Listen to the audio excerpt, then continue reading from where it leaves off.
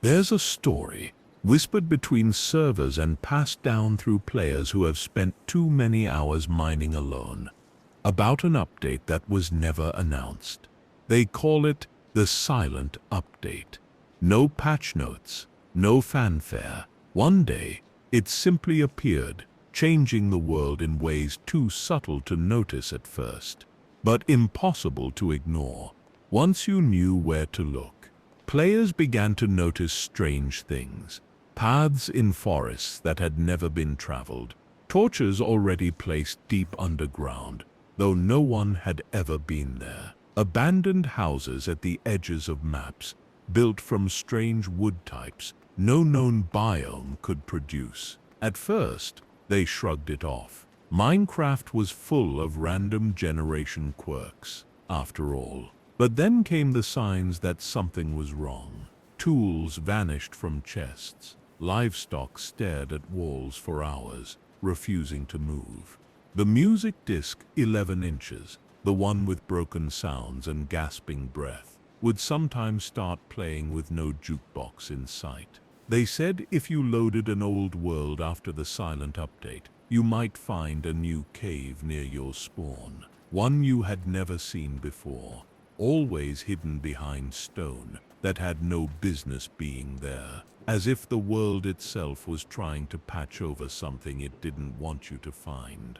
And if you ventured into those caves, well, the stories differed. Some players swore they found new ores, glittering faintly like wet eyes in the dark. Others claimed to hear muffled sounds, shovels digging, doors creaking open and closed, always just out of reach. But the strangest tales came from those who tried to destroy the mysterious caves. No matter how much they mined, the tunnels seemed endless. No matter how many torches they placed, darkness swallowed the light just a few steps ahead. Some said they eventually stumbled into rooms, perfect cubes with smooth walls and floors, where no tools worked and no commands could break the blocks. It was in these places, they whispered, that you could sometimes see it, a figure, tall and still, lurking just beyond the fog of render distance, not moving,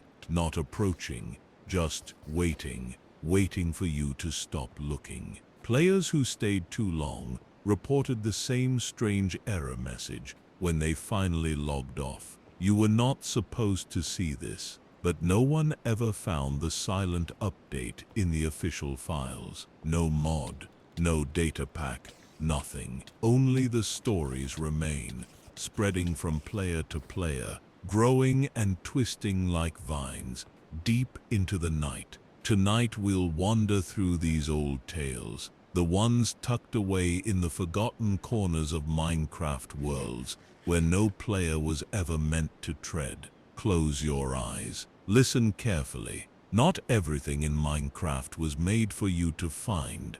There's an old legend that speaks of a seed, a world code passed between players in secret, never shared publicly, always by word of mouth.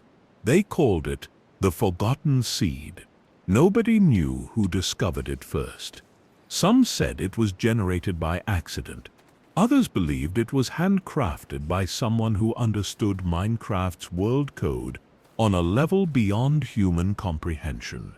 A seed that produced a world stitched together with impossible landscapes, cliffs that floated unsupported, trees growing upside down into the sky, villages buried deep underground where no sun ever touched. What made the Forgotten Seed special wasn't just the terrain. It was how it changed over time. Players who entered the world once found normal biomes, strange but navigable. But if you stayed too long, things began to shift. Structures that you hadn't built would appear on the horizon. Massive statues of things you didn't recognize. Forests where all the leaves were a slightly wrong shade of green. Almost sickly, almost watching you. And if you retraced your steps back to your original spawn, you would find it altered. Dirt paths leading away from your first shelter, torches lighting a road you hadn't placed, It was as if the world remembered you and kept building itself around your forgotten footsteps. One player, known only by their username Shadowdrift, claimed to have mapped the forgotten seed. They spent months in it, documenting every anomaly, every strange change. But then, without warning, their posts stopped. When curious followers went to look for the world download, they found only a single file left behind.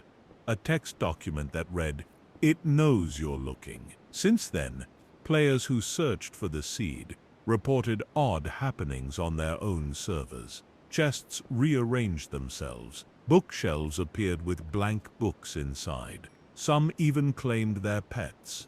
Wolves, cats, would growl or hiss at empty corners of their homes. And the strange part was, even deleting your worlds didn't always make it stop. Some players said they could hear faint sounds, scribbling, tapping, coming from their headphones late at night, even when Minecraft wasn't open. Of course, there's no evidence the Forgotten Seed ever existed. No screenshots that can't be explained.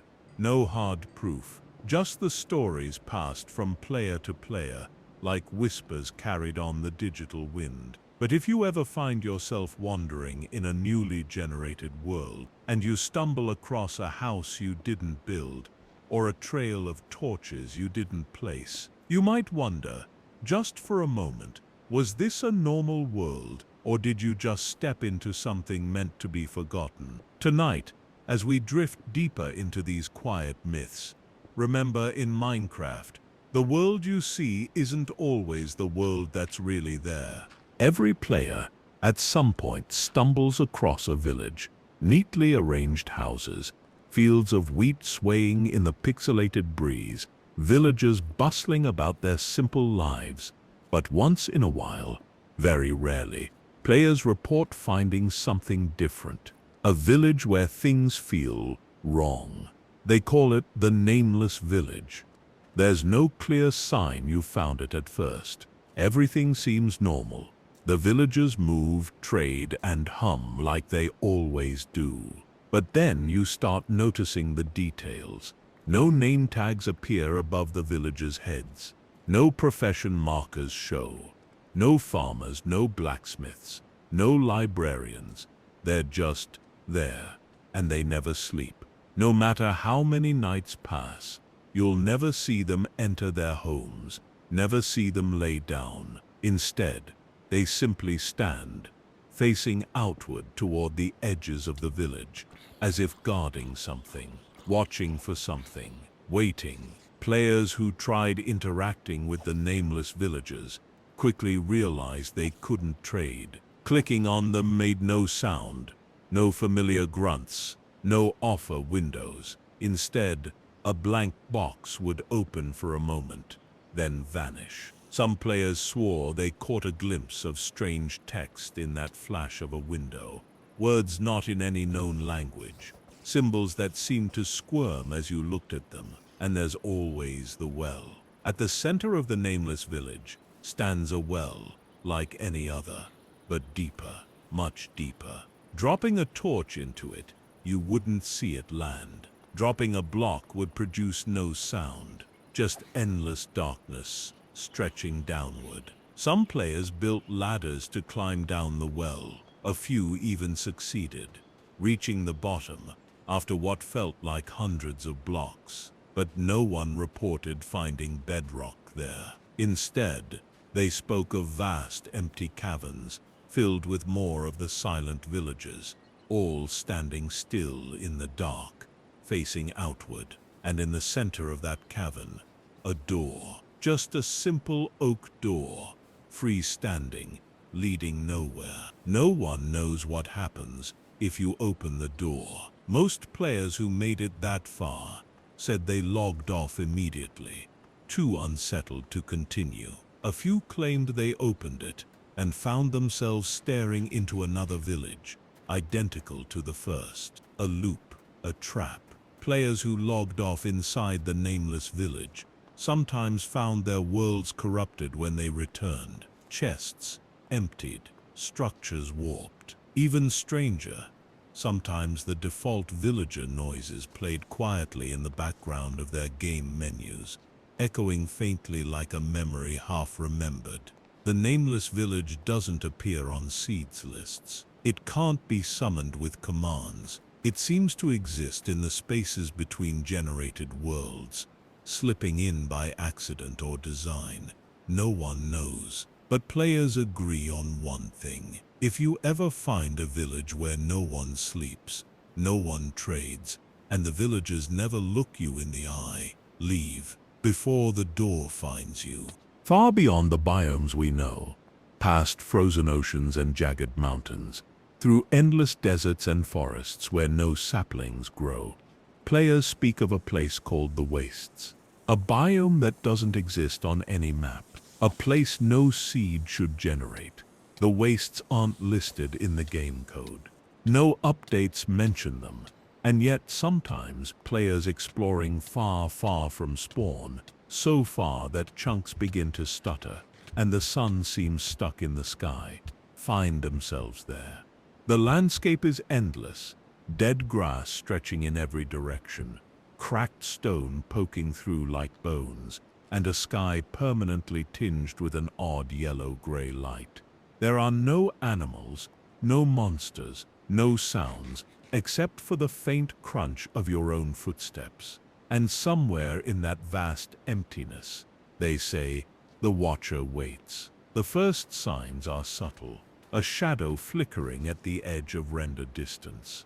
A strange bump in the otherwise flat ground, as if something buried itself just below the surface. Players who venture further report seeing structures, monoliths made of strange materials, unfamiliar to any update, blocks that shimmer faintly, reflecting the pale light of the endless sky, and the Watcher is always near them. Players described it differently. Some said it looked like a tall figure in a deep gray cloak. Others said it was just a pair of distant glowing eyes. A few described hearing whispers, faint and urgent, but when they turned around there was nothing there. Trying to approach the Watcher never worked. No matter how fast you sprinted, no matter how many ender pearls you threw, it remained the same distance away, just at the edge of sight, just far enough that you couldn't make out its true form. If you stayed too long in the Wastes, the world itself began to resist you. Blocks would take longer to break. Hunger would drain faster. Tools would flicker, vanishing from your hotbar for a second before returning. It was as if the game itself didn't want you there. Some players, driven by curiosity, tried to set beds and sleep in the Wastes. Those few who managed it reported the same dream standing at the base of one of the monoliths, while the Watcher stood atop it, arms outstretched, as if welcoming them. When they woke up, they were always back at spawn. But something was wrong. The world subtly different. Trees grew too tall. Rivers flowed uphill. Villagers spoke in broken lines of text, and in the far distance, if you looked closely enough, you could always find a thin line of smoke curling upward into the strange-colored sky. A reminder that the Wastes was still out there, waiting. Some players say the Wastes only appear to those who travel far enough to find the end of their world. Others whisper that the Watcher brings the Wastes with it, and once you see it, you're marked. Either way, if you ever find yourself standing on cracked, dead grass under a pale sky, and you feel like someone is behind you, don't turn around, just keep walking. Among longtime players, there's a persistent rumor about a server no one admits to owning, a world that somehow appears on server lists without ever being added. They call it the Phantom Server. It shows up at strange times, often after midnight, listed simply as New World with 0 players online. No IP address, no ping, just sitting there, as if inviting you to click. Most players ignore it, but a few, the curious, the sleepless, have logged on. When you join the Phantom server, the first thing you notice is the silence. No music, no footsteps. Even punching a tree makes no sound. It's as if the entire world has been muted. The spawn point is always the same. A flat plain of cobblestone stretching endlessly under a blank gray sky. No clouds, no sun, no stars. Just a horizon that seems farther away than it should be. Players who tried running in one direction for hours said they never reached the edge. The world simply continued, cobblestone upon cobblestone, forever. There are no animals, no mobs, no items drop when you break blocks. You cannot place anything. You cannot eat. The world is static, unchanging, except for one thing. The messages, after about 5 minutes of wandering, the server begins to send chat messages. Short, broken lines of text. Do you remember? You left us. Come back. The words seem random at first, but some players swore the messages became personal, referencing old usernames, server names long since shut down, even private conversations from years ago, memories from past games, lost builds, forgotten friends. No one knows how the server could know these things. And then there's the second message, the one that only appears to players who stay too long. You're already here.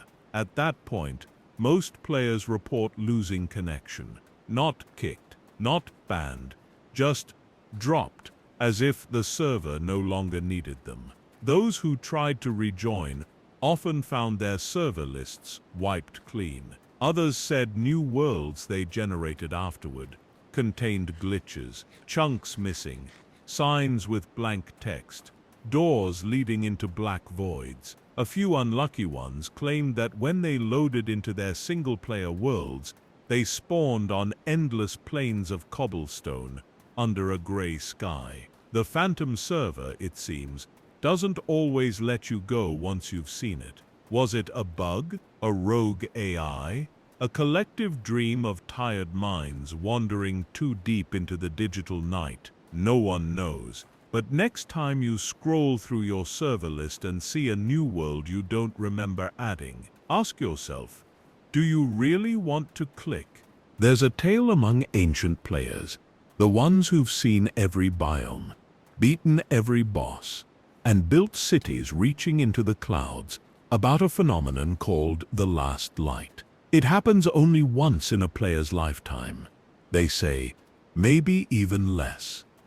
A rare glitch, or perhaps something more deliberate. The last light begins like this. You spawn into a new world, just like any other. Everything feels normal. You gather wood, craft your first tools, build your first shelter.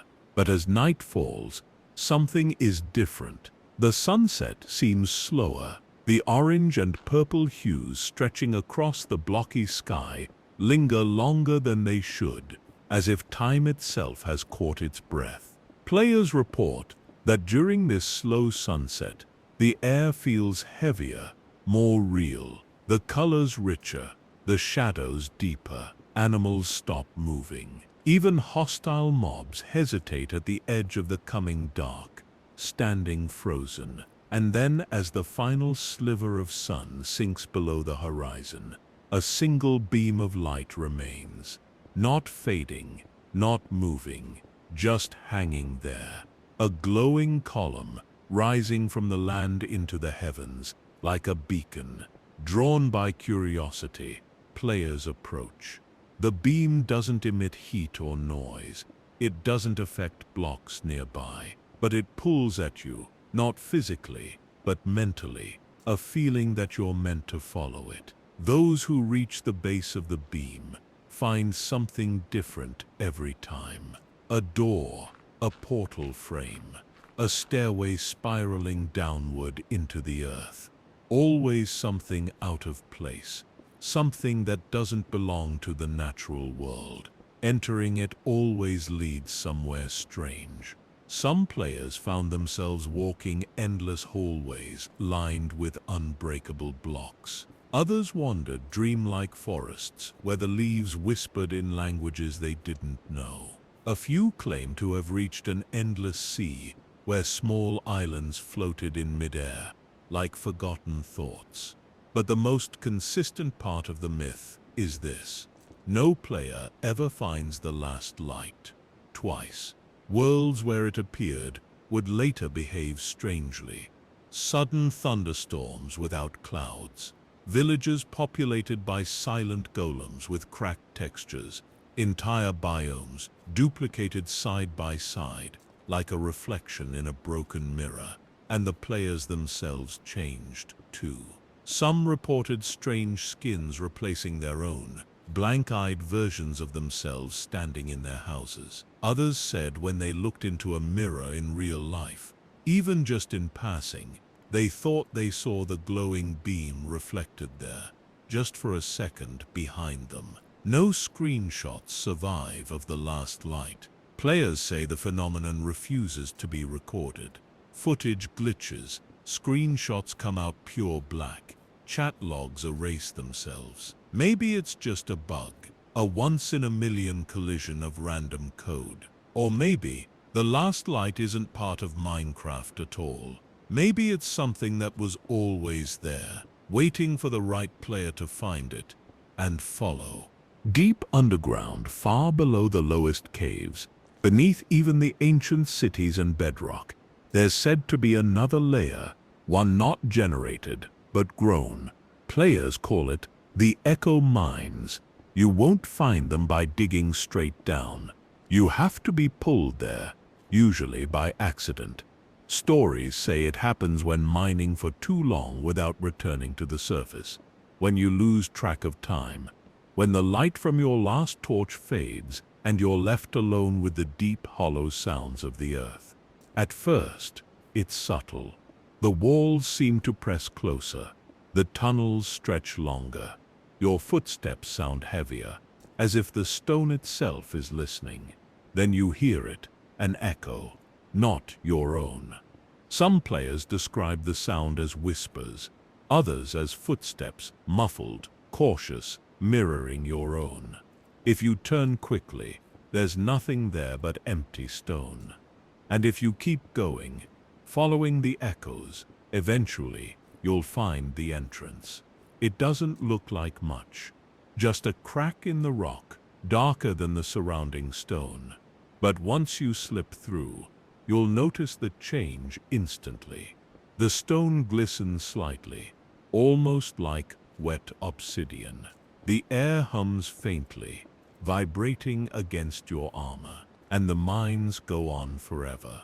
Twisting tunnels, massive open caverns filled with silent waterfalls that fall into blackness. Strange formations, pillars carved into spirals, staircases leading nowhere.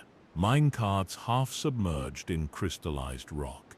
But the most unsettling feature of the echo mines is the shadows. Not your shadow, that's normal.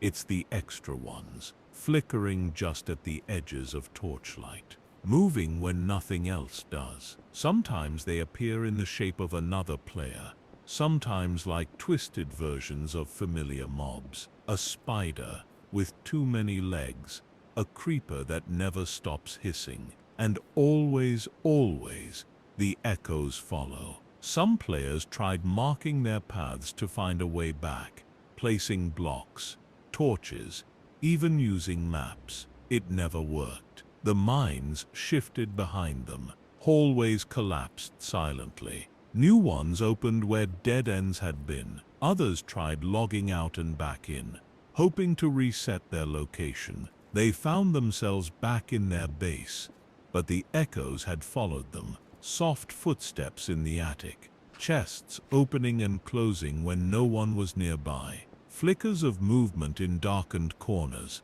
It's said that once you hear the echo mines, they stay with you, waiting, growing, and if one day while mining, you find a crack in the stone that feels colder than it should, If you hear a second set of footsteps when you're sure you're alone, it's already too late. The echo mines have found you. Most players know that Minecraft worlds can sometimes glitch. A chunk loads wrong. Water floats in the air. Trees spawn inside mountains. These things are harmless, little reminders that the world is stitched together by lines of code. But some players talk about something deeper. Something not just a glitch, but a whole biome that shouldn't exist. They call it the glitched biome. You won't find it by searching seeds or exploring maps. It doesn't show up unless it wants to. Most stories say it appears when worlds become very old, played for years without resets, their data slowly fraying at the edges like an old blanket. One day you might log into your world and find a thin line of strange terrain cutting across the landscape, blocks that don't belong together, sand next to packed ice, jungle trees floating above lava oceans, animals walking in slow, jerky movements as if unsure what they are. Following that line leads you to the glitched biome. It's always twilight there, a permanent state of not quite day and not quite night. The sky flickers between orange and purple, and sometimes, if you stare too long, you can see faint outlines of structures hanging upside down in the clouds. Nothing in the glitched biome works properly. Water flows upward, lava stays frozen, flowers grow on bedrock. Villagers walk backwards or sink halfway into the ground, their heads slowly turning to watch you as you pass. And somewhere, deep in the middle of it all, there's always a house. It's never the same for any two players. Sometimes, it's a perfect cube made of diamond blocks. Other times, it's a crumbling ruin half buried in gravel. But the house is always there, sitting quietly at the heart of the chaos, untouched by the brokenness around it. Inside, things get stranger. Paintings that shift when you're not looking. Books on shelves that rewrite themselves when you open them. Chests filled with items that don't exist anywhere else. Swords with no durability. Food that can't be eaten. Enchanted armor, labeled only redacted. And on the top floor, behind a closed door, players report hearing sounds, a heartbeat, slow and steady, breathing, soft but urgent, sometimes a low, rhythmic knocking. No one knows what's behind the door. Some players tried breaking it down, but the door would just reappear elsewhere, always one step ahead. Others logged off before they could open it, and when they returned, the glitched biome was gone, wiped from their world as if it had never been there. But things would never be quite right again. Blocks would misplace themselves. Music discs would play distorted tunes. Shadows would move just a little too slowly. The glitched biome doesn't want to be found twice. It simply waits, quietly, patiently, in the broken folds of forgotten worlds. Maybe someday you'll find it too. Some players, especially those who build far from spawn, and spend long nights exploring the edges of their worlds, tell of a rare phenomenon, the lanterns in the fog. It begins with a simple, quiet mist, not the kind you can see coded into the game, but something different, a grayness that seems to settle between the blocks, thick enough that even torches only push it back a few blocks at a time. Trees fade into shadow. The ground becomes soft and indistinct. The fog isn't a weather event.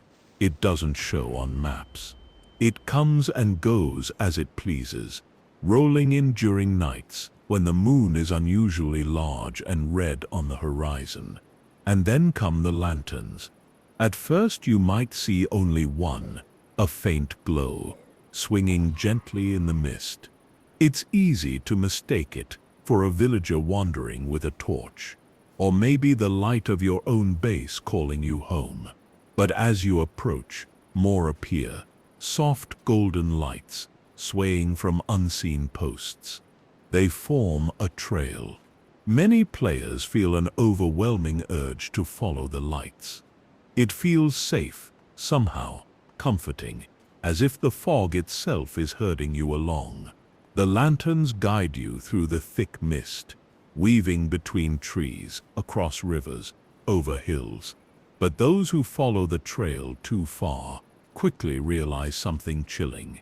The landscape changes behind them. Paths they crossed vanish. Rivers they waded through are no longer there. Structures they could swear they built, small outposts, bridges, even farms, are nowhere to be found when they glance back. Only fog and more lanterns. Some players report that the lanterns eventually lead to a clearing, a perfect circle of grass, unnaturally green, untouched by the mist. At the center of the clearing stands a single massive lantern, far larger than any crafted block. It hums softly, a deep note that vibrates through the air. No one agrees on what happens next. Some say they woke up in their bed, inventory wiped clean, their entire world subtly changed. Others say their screen faded to black, and when they reloaded the game, it was as if the world had never existed at all. A few whispered that when they broke the giant lantern, they found a stairwell descending deep underground, but none ever reached the bottom. And there are those who say that, after following the lanterns, even in real life, they sometimes catch glimpses of soft golden lights at the edge of forests, or reflections in puddles that shouldn't be there. Maybe the lanterns in the fog are just another world event, rare and unexplained. Or maybe they're part of something older, something waiting in the hidden codes between updates and patches. Next time you see mist settling over your world, ask yourself, will you follow the lights, or will you let them pass you by? Scattered across old villages, strongholds, and ruins, players often find wells, simple, harmless, forgotten by most. Just a few blocks deep, a few blocks wide, a decoration, nothing more. But there are stories, quiet, often dismissed, of wells that aren't so simple. Wells that whisper. The whispering well looks normal at first. You might find it in the center of a deserted village, or hidden deep within a forest temple, surrounded by vines and moss. Sometimes it appears alone, no structures nearby, just a single well, waiting. The first sign that it's different is the sound. If you stand close, very close, and the world is quiet enough, you'll hear it, a faint murmuring, like voices drifting up from somewhere deep below. Too soft to understand, too persistent to ignore. Not the wind, not flowing water, something else entirely. Some players, curious and brave, have thrown items into the whispering well. Blocks, food, enchanted tools. Each time, the voices seem to react. A brief pause, a shift in the tone, as if judging the offering. Rarely, when the right item is thrown, usually something precious or rare, the well responds. The water at the bottom flashes with light, particles spiral upward. And then, in your inventory, an unfamiliar item might appear. A book with no title, a compass spinning wildly, a piece of paper with strange coordinates written in shaky text. But players who follow the coordinates tell darker tales. The journey is never easy. The landscape itself seems to resist, mobs spawning in impossible numbers, endless thunderstorms, tools breaking faster than they should. And when you finally reach the marked spot, you'll find another well, always deeper than the first. Dropping a torch reveals nothing. Dropping yourself down, well, no one knows for sure what happens. Players who've done it either never logged in again or returned with changed worlds. Places where the sun never rose, where villages were empty, where the sky itself seemed cracked, spider-webbed with faint pulsing lines. Some say the Whispering Well isn't part of Minecraft at all, that it taps into something older than the code, a space beneath the bedrock, beneath the world generation, beneath even the void. A place where forgotten things whisper to be remembered. If you ever find a well alone in the woods, or at the heart of a ruined village where no villagers remain, if you hear voices rising softly from its depths, you might have found a whispering well. The only question is, will you listen, or will you walk away pretending you never heard a thing? Every structure in Minecraft makes sense in its own way. Even in the weirdest world generations, everything has a reason. Caves, temples, portals, strongholds, they fit. But there's one thing that doesn't fit, a rare occurrence that players call the door without walls. It's exactly what it sounds like.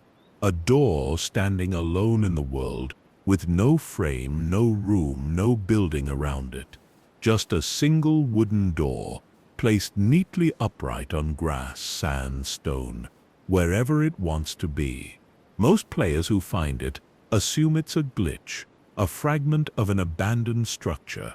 Some break it for materials, some ignore it, but a few open it. When you open the door without walls, you might expect nothing to happen. Maybe it swings open and there's just empty space behind it. Maybe you step through and feel silly for expecting more. But then things begin to shift. The first sign is the light. The sunlight becomes dimmer, flatter, as if the world itself has gone slightly out of focus. The sky colors bleed together, blue and orange and violet, swirling gently, as if stirred by a hidden hand. Animals behave strangely. Sheep bleat in slow motion.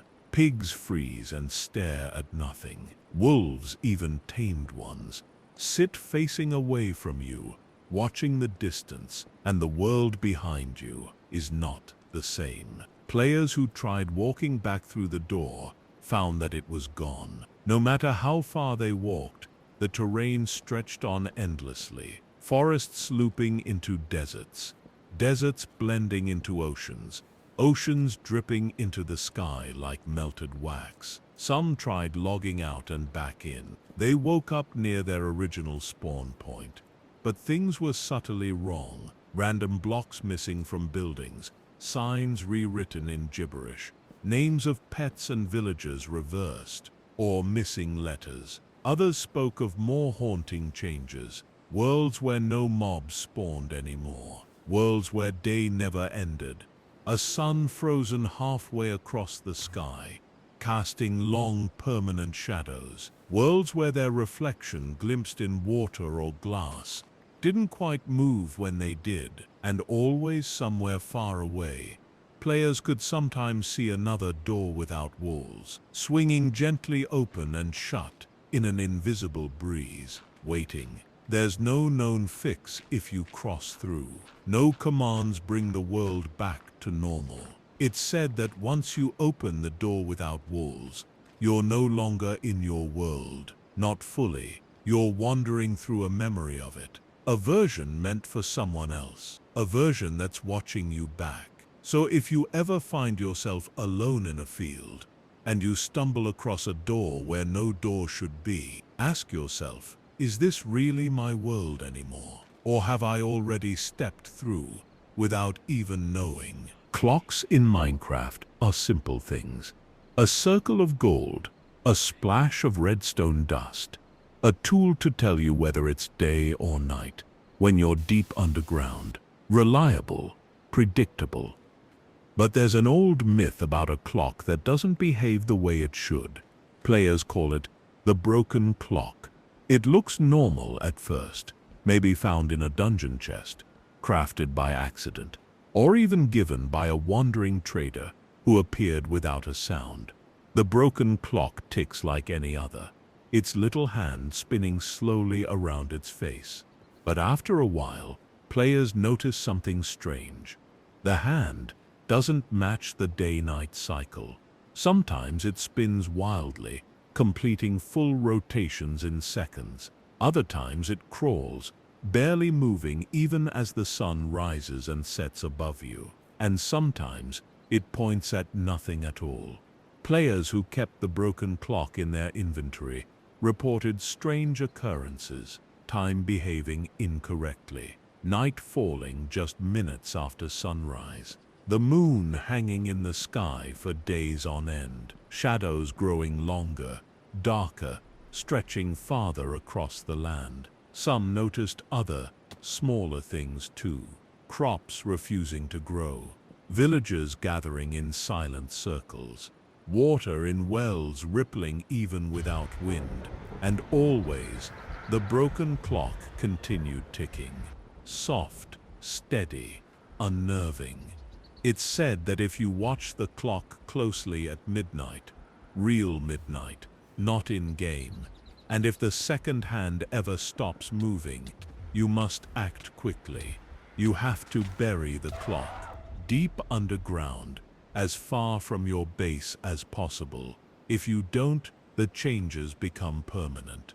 Players who ignored the warning spoke of their worlds decaying over time, biomes blending into each other in impossible ways, deserts growing trees, oceans freezing solid in the sun, animals disappearing altogether, leaving the world eerily silent. And worst of all, the player's own character would begin to glitch, movement growing sluggish, health regenerating backwards. Sometimes the hotbar would flicker, revealing tools the player never crafted, tools with no names glowing faintly purple. No matter how many times they deleted the clock, burned it, threw it into lava, the ticking continued, faintly through walls, through inventory screens, even when Minecraft wasn't running, as if time itself had marked them. Some think the broken clock isn't a bug at all,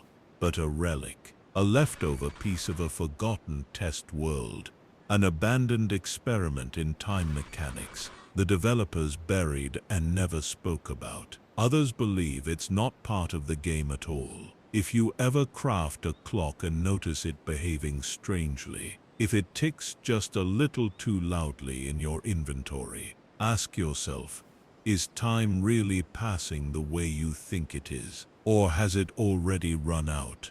Every Minecraft player knows the excitement of a new update.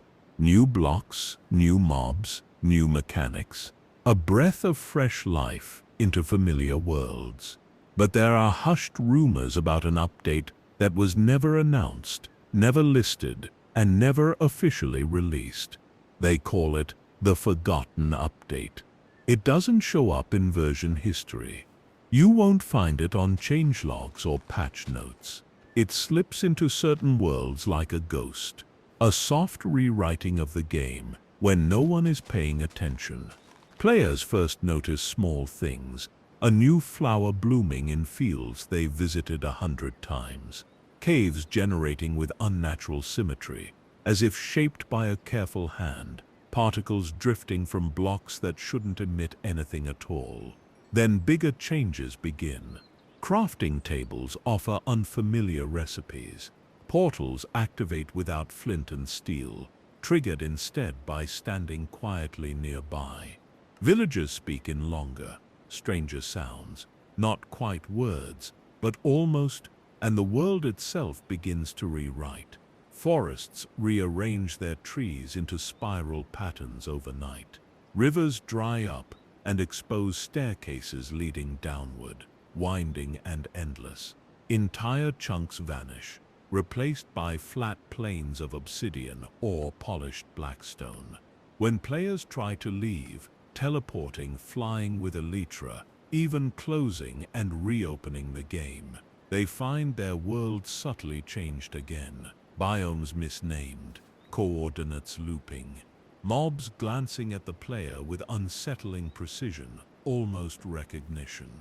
The most chilling discovery reported by players was the mirror room, somewhere deep underground, hidden in structures that never existed before. Players found small rooms made entirely of smooth stone. No torches, no loot, just a single glass pane on one wall, reflecting not their character, but something else. Something taller, slender, dressed in pale gray, with a face that flickered like static when looked at directly. Players who touched the mirror found themselves transported to copies of their own worlds, eerily perfect, but wrong. Grass was too vibrant, water flowed too fast. Mobs didn't spawn, but their sounds echoed constantly around every corner. Once you entered the mirror world, the forgotten update finished its work. Your real world faded, overwritten by the new one. No one knows how the forgotten update installs itself. Some say it comes from using too many mods. Others believe it targets players who have left worlds abandoned too long, like a virus looking for lonely data to reshape. But one thing is certain: if you ever load into your world and find crafting recipes you didn't learn, structures you never built, or see your own reflection blink out of sync with your movements, it may already be too late. The forgotten update doesn't wait for your permission. It simply begins. Hidden deep within the vastness of the Nether, beyond the crimson forests and basalt deltas, players sometimes speak of finding a structure that isn't supposed to exist. They call it the Silent Bastion. At first, it looks like any ruined bastion, crumbling walls, treasure hidden behind blackstone. But players quickly realize something is wrong. There are no mobs inside, no piglins stomping around, no brutes guarding treasure, no sounds at all, no footsteps, no fire crackling, not even the low hum of the Nether itself. It's as if the whole place is caught in a frozen moment, untouched by the chaos that usually rules the Nether. Players who venture deeper into the Silent Bastion find that its halls stretch on endlessly. Rooms connect in impossible ways, staircases looping back on themselves, corridors bending at wrong angles. Some rooms are exact copies of others, down to the smallest detail. A chest placed just so, a cracked lantern hanging just slightly askew, and always that overwhelming silence presses against you, filling your ears like a heavy fog. Some players report seeing flickers at the edge of vision, brief glimpses of figures disappearing around corners, shadows darting through empty rooms. But when you chase them, there's nothing there. Only the endless blackstone halls and the eerie stillness. Treasure chests inside the Silent Bastion are strange too. Most are empty. A few contain items that don't exist anywhere else. Swords labeled rust, armor with negative enchantments, music discs with no title, silent when played. The deepest players, those who dared to push further into the endless maze, spoke of reaching a final room, always the same, a perfect cube, walls lined with cracked nether bricks, a single redstone torch flickering weakly in one corner.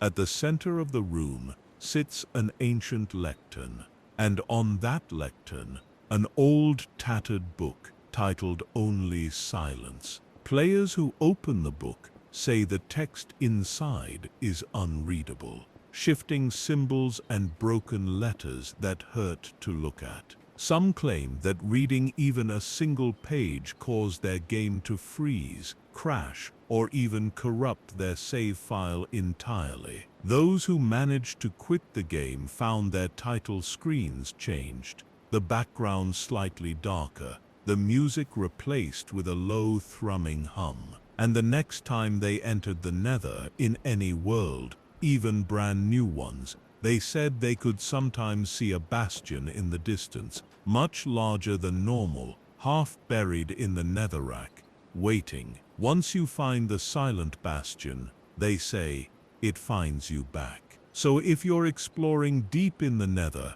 and come across a bastion where no footsteps echo, no fire burns, and no mobs stir, you might want to turn back.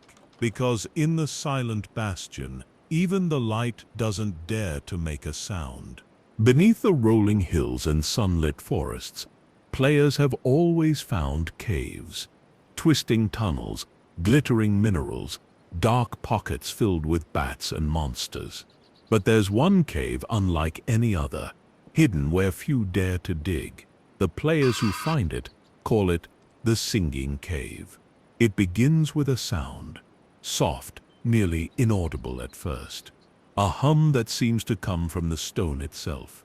Not music exactly, but something close, a distant echoing melody that drifts through solid walls, brushing past your ears like a forgotten lullaby. The hum draws players in. Torches seem dimmer, the deeper you go. Blocks break slower. The normal ambient noises of caves, water dripping, bats fluttering, fade away, leaving only the soft, pulsing song to guide you. Eventually, if you follow it long enough, you find the entrance, a perfectly round tunnel, unnaturally smooth, descending into darkness. And the deeper you go, the clearer the singing becomes. Some players describe it as beautiful, haunting melodies woven with notes that no instrument in Minecraft can produce. Others say it's unsettling, like a lullaby sung for something that should never wake. The Singing Cave is different for everyone. For some, it's filled with glowing ores, blocks that pulse gently in time with the music. For others, the cave seems endless, walls slick with reflections of places they've never visited, faces they've never seen. But always there is the singing. Sometimes it grows louder behind certain walls. Players who dig toward the sound often uncover hidden chambers, massive, echoing spaces filled with smooth stone pillars, or underground lakes, so still that even throwing a stone into them makes no ripple. And at the very deepest point, there's said to be a pool, a small perfect circle of water that glows faintly. Standing at its edge, players say they can see glimpses beneath the surface, not reflections, but moving shapes. Other players perhaps, or maybe other versions of themselves. Some brave souls have tried stepping into the pool, most reported being instantly transported, not back to the surface, but to other strange places, endless forests under black skies, abandoned cities half sunken in sand, silent oceans without islands. And no matter where they went, the singing never left them. A soft, constant song just below hearing, threading itself through their every step. Even after logging out, some players claim they could still hear it. Faintly, late at night, when the world was quietest. Maybe the Singing Cave is just a strange, rare glitch of world generation. Or maybe it's something older, a remnant of Minecraft's very first dream, humming to itself beneath the earth, waiting for someone to listen. If you ever hear a soft melody while mining deep underground, be careful. Some songs are meant to be heard, and some are meant to be answered. Libraries in strongholds are usually a welcome sight. Walls lined with bookshelves, spiderwebs hanging from the ceilings, and secrets tucked away behind cracked stone bricks. But there's another kind of library, whispered about by players who dig too deep, too far, into places that shouldn't exist. They call it the empty library. It looks normal at first, long rows of bookshelves, wooden floors worn with time, lanterns swinging gently even where no wind should blow. But the bookshelves are wrong. They're empty. Row after row of empty shelves, stretching far beyond what any stronghold could contain. No books, no cobwebs, No chests tucked into corners. Just silent, yawning shelves gathering dust in a place forgotten even by the world itself. Some players say the empty library doesn't spawn naturally. It appears when you enter certain strongholds after midnight. Others believe it's triggered by reading too many enchanted books, or opening too many abandoned structures in one world. Once inside, the rules change. Maps no longer work. Compasses spin wildly. Even coordinates displayed through mods or commands become scrambled, random numbers flickering in and out, refusing to settle. Some players reported hearing faint scratching sounds in the distance, like quills dragging across paper. Others spoke of footsteps tapping along the wooden floors, keeping pace with their own, but never growing louder or closer. And somewhere, hidden deep within the endless rows, there's said to be a desk, simple, wooden, and sitting atop it, a single book. The book has no title, no author, just a plain brown cover worn thin by time. Opening it reveals only one page, and on that page, one line, "You are being read." Those who dared to turn the page reported strange things happening immediately. Game freezes, entire sections of their world vanishing, mobs appearing with names that matched the player's own, only spelled backward. Some said that after finding the empty library, their Minecraft launcher would flicker for a moment upon opening, a glimpse of a bookshelf background that they swore wasn't there before. Others spoke of dreams wandering endless halls, lined with empty books, the constant sound of scratching, and the overwhelming feeling of being watched, not by eyes, but by something older and colder, lurking just beyond sight. The empty library isn't in any official files. No seed reliably reproduces it. It simply appears when it wants to players curious or unlucky enough to stumble into its forgotten halls. If you ever find yourself in a stronghold library that seems off, where the shelves stand bare and the lanterns swing without sound, tread carefully. In the empty library, you're not the one doing the reading anymore. In the quiet corners of old servers, especially the ones long abandoned and left to rot, players tell stories of someone or something still wandering the empty worlds. They call it the forgotten player. It always begins the same way. You join an old server, maybe just out of nostalgia. The spawn area is overgrown, paths cracked and broken, buildings half collapsed. No one online but you, nothing but silence, and the echo of memories. But sometimes, if you wait long enough, you'll see them, a figure in the distance. Not a mob, not a zombie, a player. Their skin is always basic, not Steve or Alex, but something more, faded, the colors washed out, textures blurred like an image seen through heavy rain. No name floats above their head, no tag, no label, just a silent figure, watching. If you approach, they always walk away, never running, just calmly moving further into the ruins, through forests, across rivers, into mountains. Some players have tried chasing them, only to find the landscape subtly changing around them. Doors appearing where there were none, tunnels digging themselves into cliffs, signs posted along paths with broken, half-finished messages. Waited too long, you forgot, still here. And if you ever catch up to the forgotten player, if you get close enough to see their blank, empty eyes, something strange happens. The server crashes. When you log back in, the world is different. Structures rebuilt incorrectly, in odd materials. Sand instead of stone. Water pouring from roofs. Trees in unnatural spirals. Animals with no animation. Frozen in mid-step. And in your inventory, tucked between your normal items, an unfamiliar book titled simply, I Remember. Opening it shows no text, just blank pages. But the real change happens when you look at the player list. Still empty, still just you.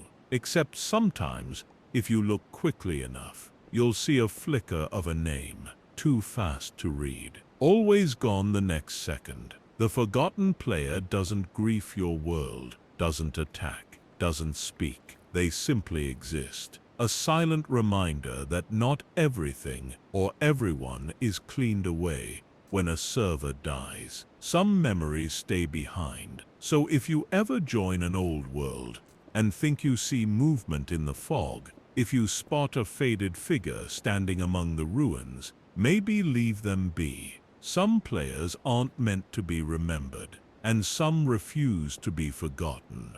In the endless exploration of new worlds, some players stumble across structures that seem almost deliberate, placed not by the game's code, but by something else entirely. One of the strangest is the Glass Tower. It appears rarely and always far from spawn.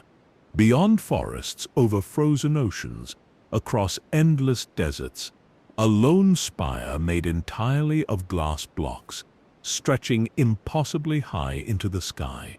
From a distance, it looks delicate, almost beautiful. The sunlight catches on its many faces, casting shimmering patterns on the ground around it.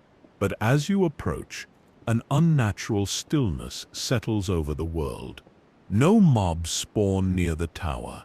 No sounds play. Even your footsteps seem swallowed by the air. The glass tower has no entrance. No doors, no ladders, no stairs, just endless transparent walls, smooth and seamless. Some players try to break inside, but tools don't work here. Pickaxes slow down, blocks resist mining, as if the tower exists slightly outside the rules of the world. Circling the base reveals strange details, cracks in the glass that mend themselves when you're not looking. Shadows flickering deep within the structure, shapes that don't match your own movements. Some players discovered that by standing perfectly still next to the tower for long enough, 5 minutes, 10 minutes, sometimes longer, the ground around the tower changes. New paths form, winding and broken, leading outward into the surrounding land. If followed, they lead to places that shouldn't exist. Villages abandoned mid-construction, lakes filled with perfectly square islands, caves that echo with distant, unplaceable noises. And if you look back at the tower from a distance, you might see something at the top, a figure, not detailed, just a dark silhouette standing quietly against the sky, gazing downward, watching. Players who built up to reach the top, stacking blocks, flying, using elytra, found that the tower grew taller as they climbed, always keeping its peak just out of reach. No matter how fast they built, they never caught up. And those who stayed near the tower too long spoke of subtle changes creeping into their world afterward. Glass blocks appearing where they shouldn't. Entire buildings mirrored faintly beside their originals. Animals refusing to cross paths where sunlight scattered strangely on the ground. It's said that the glass tower isn't part of any seed or update. It simply arrives, a marker left behind by something much older. Something still waiting at the edge of the rendered world. Waiting for someone patient enough to stand still. Waiting for someone curious enough to look up. Next time you're far from home, and the landscape grows too quiet, and you catch the sun glinting off something too smooth, too perfect, ask yourself, would you dare approach, or would you pretend you never saw it? Far beyond the normal borders of a world, beyond oceans that stretch endlessly, and forests that repeat like broken records, players tell of a strange, unsettling place. They call it the Field of Eyes. It doesn't appear on any map. You can't teleport to it. Players only find it by wandering too long in one direction, by ignoring hunger, nightfall, and reason, until the familiar textures of the world begin to stretch thin. First, the grass changes. It becomes paler, almost silver, swaying in a wind you can't feel. Then the sky fades into a flat, unbroken gray, neither day nor night. And finally, the land itself begins to rise and fall, in slow, uneven hills, like the surface of a restless ocean. And scattered across these hills are the eyes. They aren't mobs. They aren't blocks. They're simply there, flat, unmoving, embedded into the landscape, on the ground, on the sides of hills, even hanging mid-air in ways that defy gravity. Simple black and white eyes, unblinking, all facing inward toward a central point. Some players say they first notice them only when they're already deep inside the field. A creeping sensation of being watched that grows heavier with every step. Others describe seeing a single eye in the distance, following it, and finding themselves surrounded without realizing it. If you dig beneath the field of eyes, you'll find nothing, just stone and dirt, as if the land itself refuses to explain what you've found. Some brave souls tried placing blocks on top of the eyes, but the blocks would disappear moments later, as if swallowed whole. Others attempted to map the field, only to find their maps filled with static, as if the data refused to be recorded. At the center of the field, where the eyes converge, players often find something strange. A small hole, perfectly round, about the size of a block. Peering into it shows nothing but darkness. Some players dropped items inside, blocks, tools, food. Nothing ever made a sound when it hit bottom. Some said if you stood close enough to the hole, you could hear faint breathing, slow and deep, coming from the depths. No one who jumped into the hole ever reported back. Worlds where players visited the field of eyes are never the same afterward. Colors slightly wrong, movement feeling just a little off, like swimming through thick water. Sometimes, the menu screens flicker with brief flashes of that endless gray field, and sometimes a single eye appears on the side of a block near spawn, watching quietly, waiting. Next time you find yourself lost, far beyond where any village or structure should generate, and the grass grows pale, and the hills ripple gently, be careful where you walk, because once the field of eyes notices you, it never stops watching. Minecraft is built from blocks, predictable, familiar, comforting. Each block has a purpose, a name, a place in the grand, endless worlds. But now and then, players whisper about finding a block that shouldn't exist at all. They call it the block that shouldn't exist. It's never crafted, never found in loot chests. It simply appears. Most players stumble across it by accident, mining through stone, clearing forests, digging up beaches, and there it is, a single block, quietly out of place. It doesn't resemble any known material. Some say it looks like obsidian, but too smooth, with a sheen that catches light in odd, shifting colors. Others describe it as transparent but wrong, like looking through warped, oily glass. Breaking it isn't easy. Tools don't work normally. Pickaxes bounce off it with hollow sounds. Some players report that even explosions leave the block untouched, as if it exists a heartbeat out of sync with the rest of the world. Those who manage to destroy it, often by pushing it into the void or using strange glitches, sometimes find an item drops, an unnamed shard, impossible to pick up, hovering just above the ground, spinning slowly before fading away. But the real danger begins after you see the block. Small changes creep into the world. Items crafting themselves incorrectly, swords becoming shovels, torches refusing to light, mobs spawning in the wrong places, skeletons underwater, creepers walking through walls, and sometimes, if you stand very still in the spot where the block once sat, you'll hear it, a soft, rhythmic ticking. Not from your clock, not from nearby redstone, from beneath the bedrock itself. Players who stayed too long often found tunnels beneath their bases that they hadn't dug. Perfectly straight, perfectly smooth, running deep into the earth, with no torchlight and no end. Following the tunnels often led nowhere.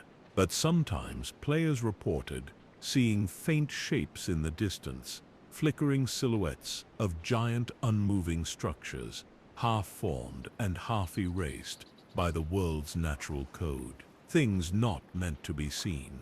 Worlds touched by the block that shouldn't exist usually didn't last long.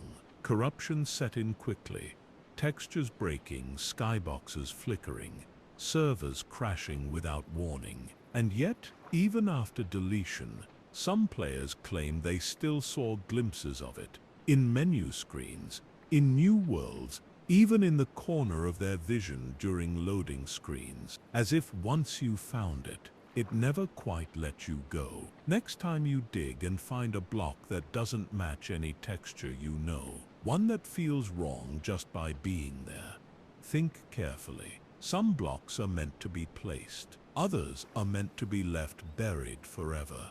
Everyone looks forward to updates in Minecraft. New features, new adventures, new possibilities. But few players speak openly about the update that no one saw coming. The one whispered about only in the oldest forums and forgotten changelogs. The Shadow Update. It doesn't announce itself. There are no patch notes, no version changes. You simply log into your familiar world one day and realize something is different. It's subtle at first. Colors seem muted. Leaves don't rustle the way they used to. Water flows with a sound just slightly too slow, as if the world is half asleep. And then at night, the stars change. Instead of the usual twinkle of familiar constellations, players report seeing new patterns overhead, jagged lines, spirals, shapes that almost seem to shift if you stare at them too long. Mob behavior shifts too. Zombies cluster together in silent, unmoving groups. Skeletons walk backward without raising their bows. Creepers remain completely still until you're inches away, only then turning to face you without a sound. Players who continued exploring noticed more serious changes. Villages abandoned, with doors swinging open and shut without wind. Rivers flowing uphill. Biomes blending into each other in jagged, harsh lines, like a corrupted dream, trying to stitch itself back together. And sometimes, in the darkest corners of their worlds, players reported seeing figures, not mobs, not players but tall, thin shadows, standing still among the trees, or staring from hilltops at the edge of fog, moving only when you looked away. Some theorized that the Shadow Update was a glitch. Others believed it was an experiment, a test world slipped into live servers by accident. But a few, the ones who saw the deepest effects, believed something else, that the Shadow Update wasn't about adding new things.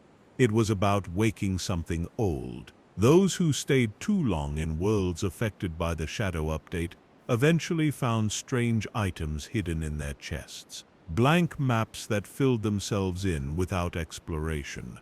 Written books containing pages of looping symbols. Swords that couldn't hit mobs but still drained durability with every swing. And worst of all, the shadows grew closer.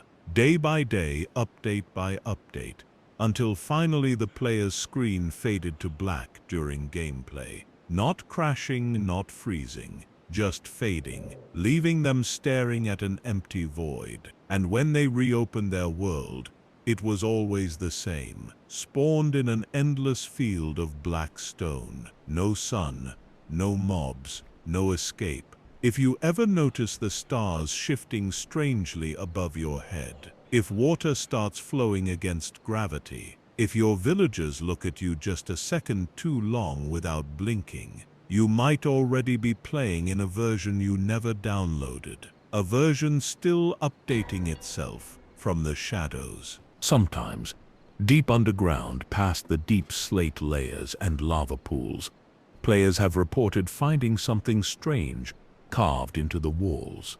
Not ores, not stronghold bricks, a face. They call it the stone face. It doesn't generate like other structures. There are no official mentions of it in patch notes, no evidence in world files. It simply appears, a huge solemn face, carved perfectly into the stone, its features worn and blurred by unseen hands. At first glance, it looks almost human. Eyes closed, mouth a faint, tired line, as if the mountain itself had fallen asleep ages ago and forgotten to wake up. The stone face is never surrounded by other structures. No mine shafts, no dungeons, no strongholds, just empty caverns and dripping water. The soft crunch of your footsteps echoing forever into the dark, and always the air near the stone face feels heavier, like stepping into a place where something ancient still lingers, watching through closed lids. Some players tried mining it, curious to see if there was treasure hidden inside. But no matter what tools they used, the stone refused to break. Pickaxes would spark and crack. TNT left the face untouched. Even commands failed to remove it, as if the face wasn't a block at all, but something deeper written into the world's memory. A few daring players tried building near it, setting up camps, bases, farms. That's when the oddities began. Crops wouldn't grow. Livestock would wander away without cause, refusing to stay fenced. Redstone machines malfunctioned, firing without reason or freezing permanently.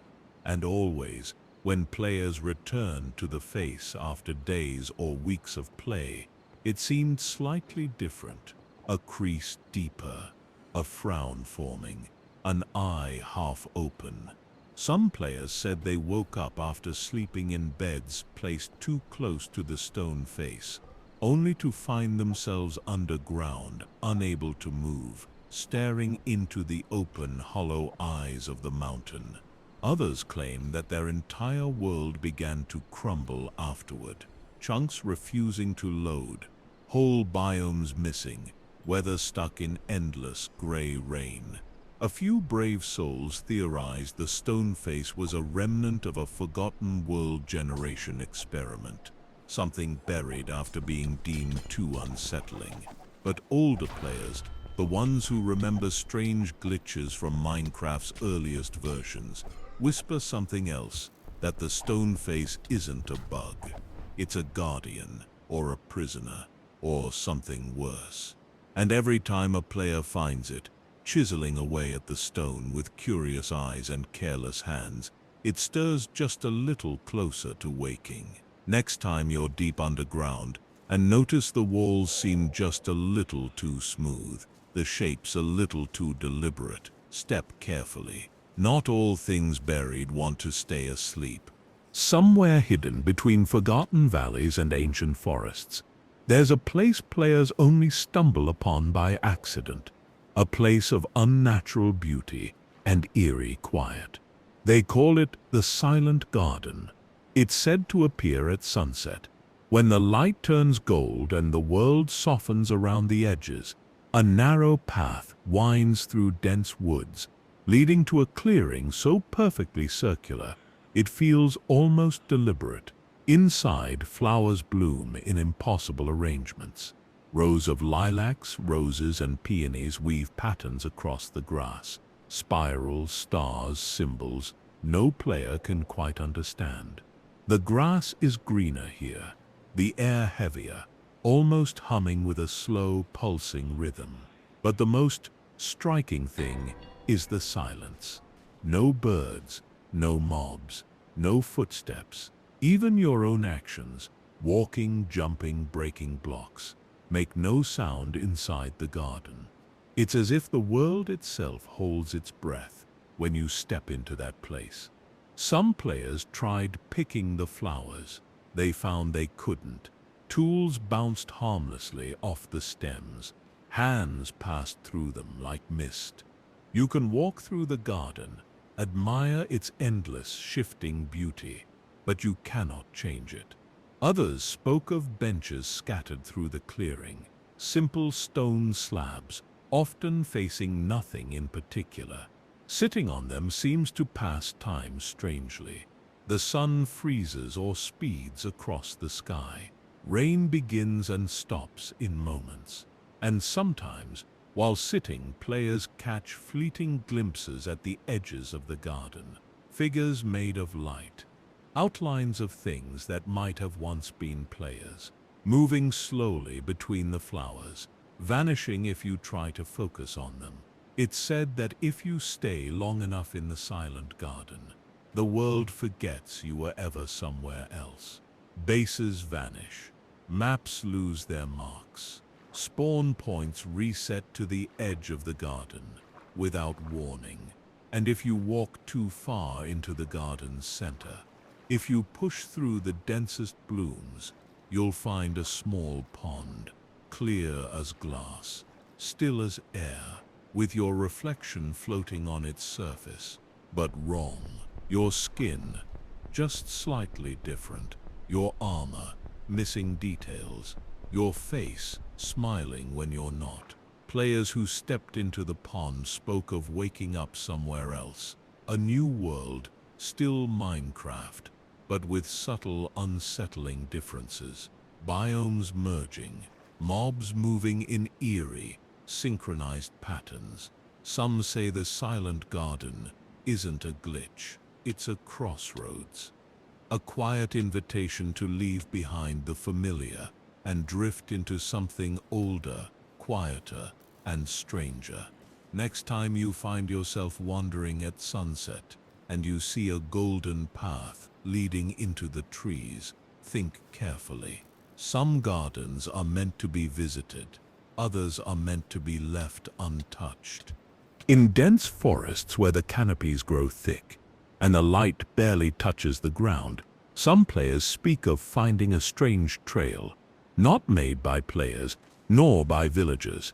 They call it the rooted path. It's easy to miss at first. A narrow trail carved between the trees, not paved with dirt or stone, but roots, thick, gnarled, twisted together in a pattern too neat to be natural. The roots are old, ancient even, their surfaces worn smooth, as if many feet had passed over them for a very long time. They stretch onward, weaving through forests, disappearing into hills, and reappearing on the other side, always leading somewhere just out of sight. Following the rooted path changes things. The deeper you go, the quieter the world becomes. Birds fall silent.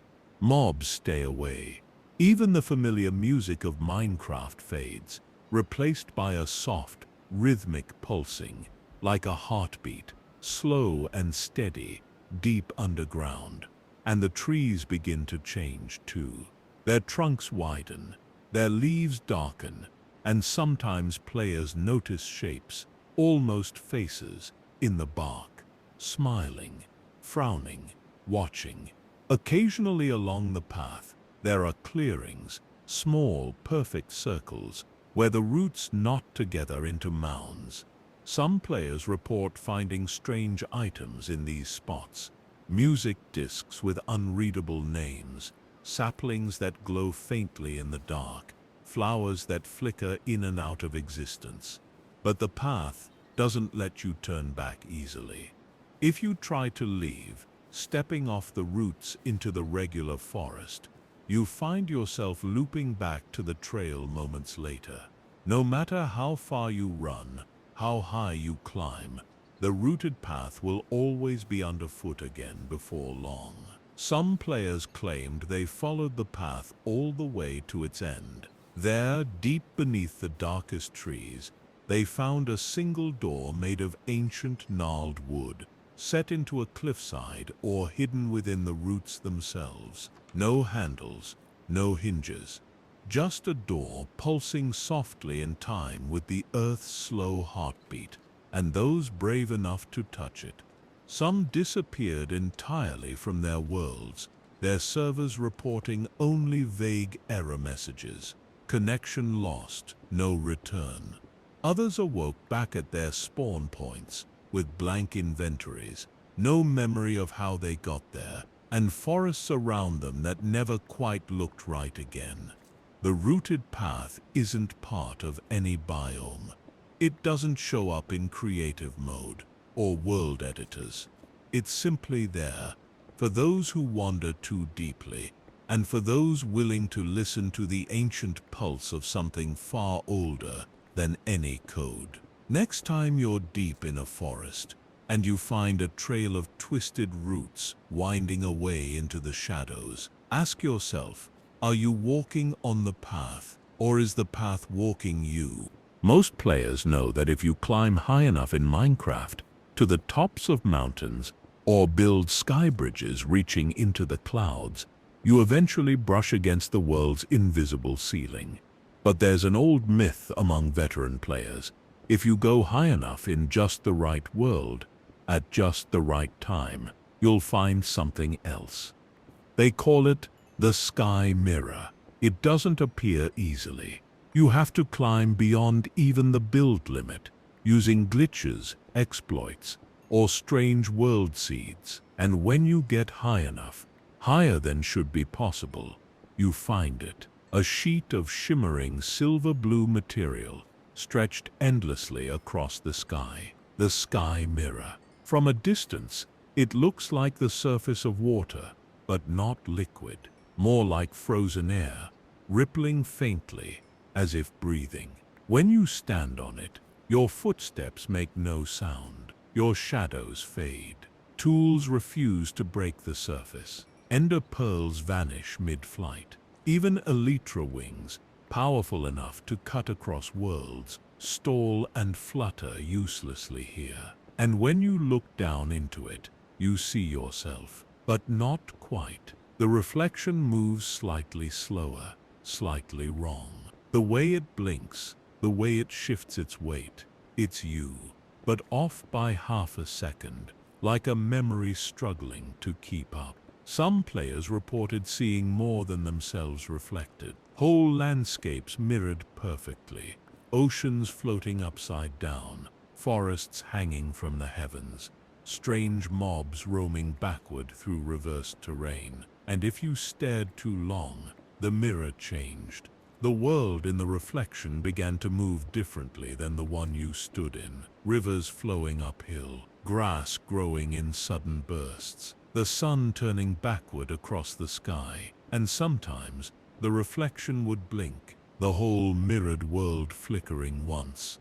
And when it came back, your reflection was no longer alone. Another figure stood beside it. Not a mob, not another player. Something tall robed in shadows, head tilted as if studying you from the other side of the glass. Those who tried breaking the sky mirror with explosions, potions, anything, found that nothing worked, until eventually, the surface cracked on its own. Just a hairline fracture, and through that crack, something whispered. No one agrees on what it said.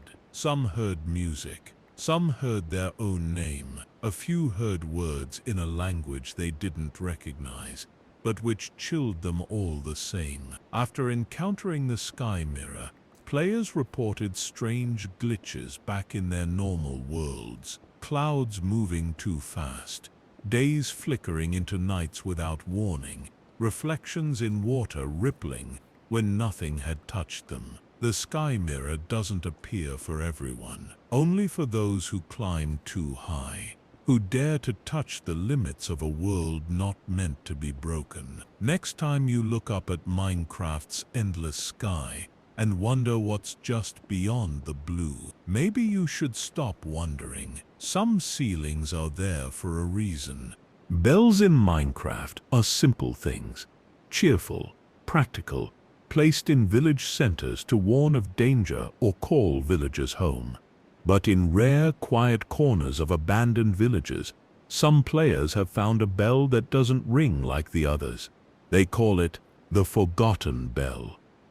It looks old, not the bright brass shine of a normal bell, but dull, tarnished, and cracked down one side. Moss creeps up the post it hangs from, and the ground beneath it is worn, as if countless players or villagers once stood there, waiting. The Forgotten Bell never chimes on its own, no matter what happens, not during raids, not during thunder, not even if struck, but if you ring it yourself, something happens. First, the world holds its breath. Birds freeze mid-air, water stops flowing, even particle effects, raindrops, falling leaves, pause for a long silent moment, and then, faintly, you hear it, a second chime, not an echo, a reply, soft, distant, coming from somewhere beyond the village, always in a different direction each time you ring it, always just far enough that you can't see what made the sound. Some players chase the echo, running toward the place where the sound came from. It always led them into strange territory, warped forests, deserts that melted into plains, snowy biomes with no ice. And at the end of the trail, they often found another bell, just sitting there, alone, untouched by villagers, swinging slowly without being struck. Sometimes, a faint figure could be seen standing nearby, cloaked and faceless, disappearing when approached. Each time you ring a forgotten bell, the world seems to shift a little more. Trees move, rivers dry up, animals behave oddly, chickens walking backward, cows vanishing when stared at too long. Villagers, if any remain, start avoiding you, looking away when you approach, their normal behaviors breaking into jittery, stuttering movements. Some players spoke of ringing the bell enough times to summon something bigger, a door appearing in the center of the village, old and splintered, with a single word carved into it in broken script. Come. Few dared open it.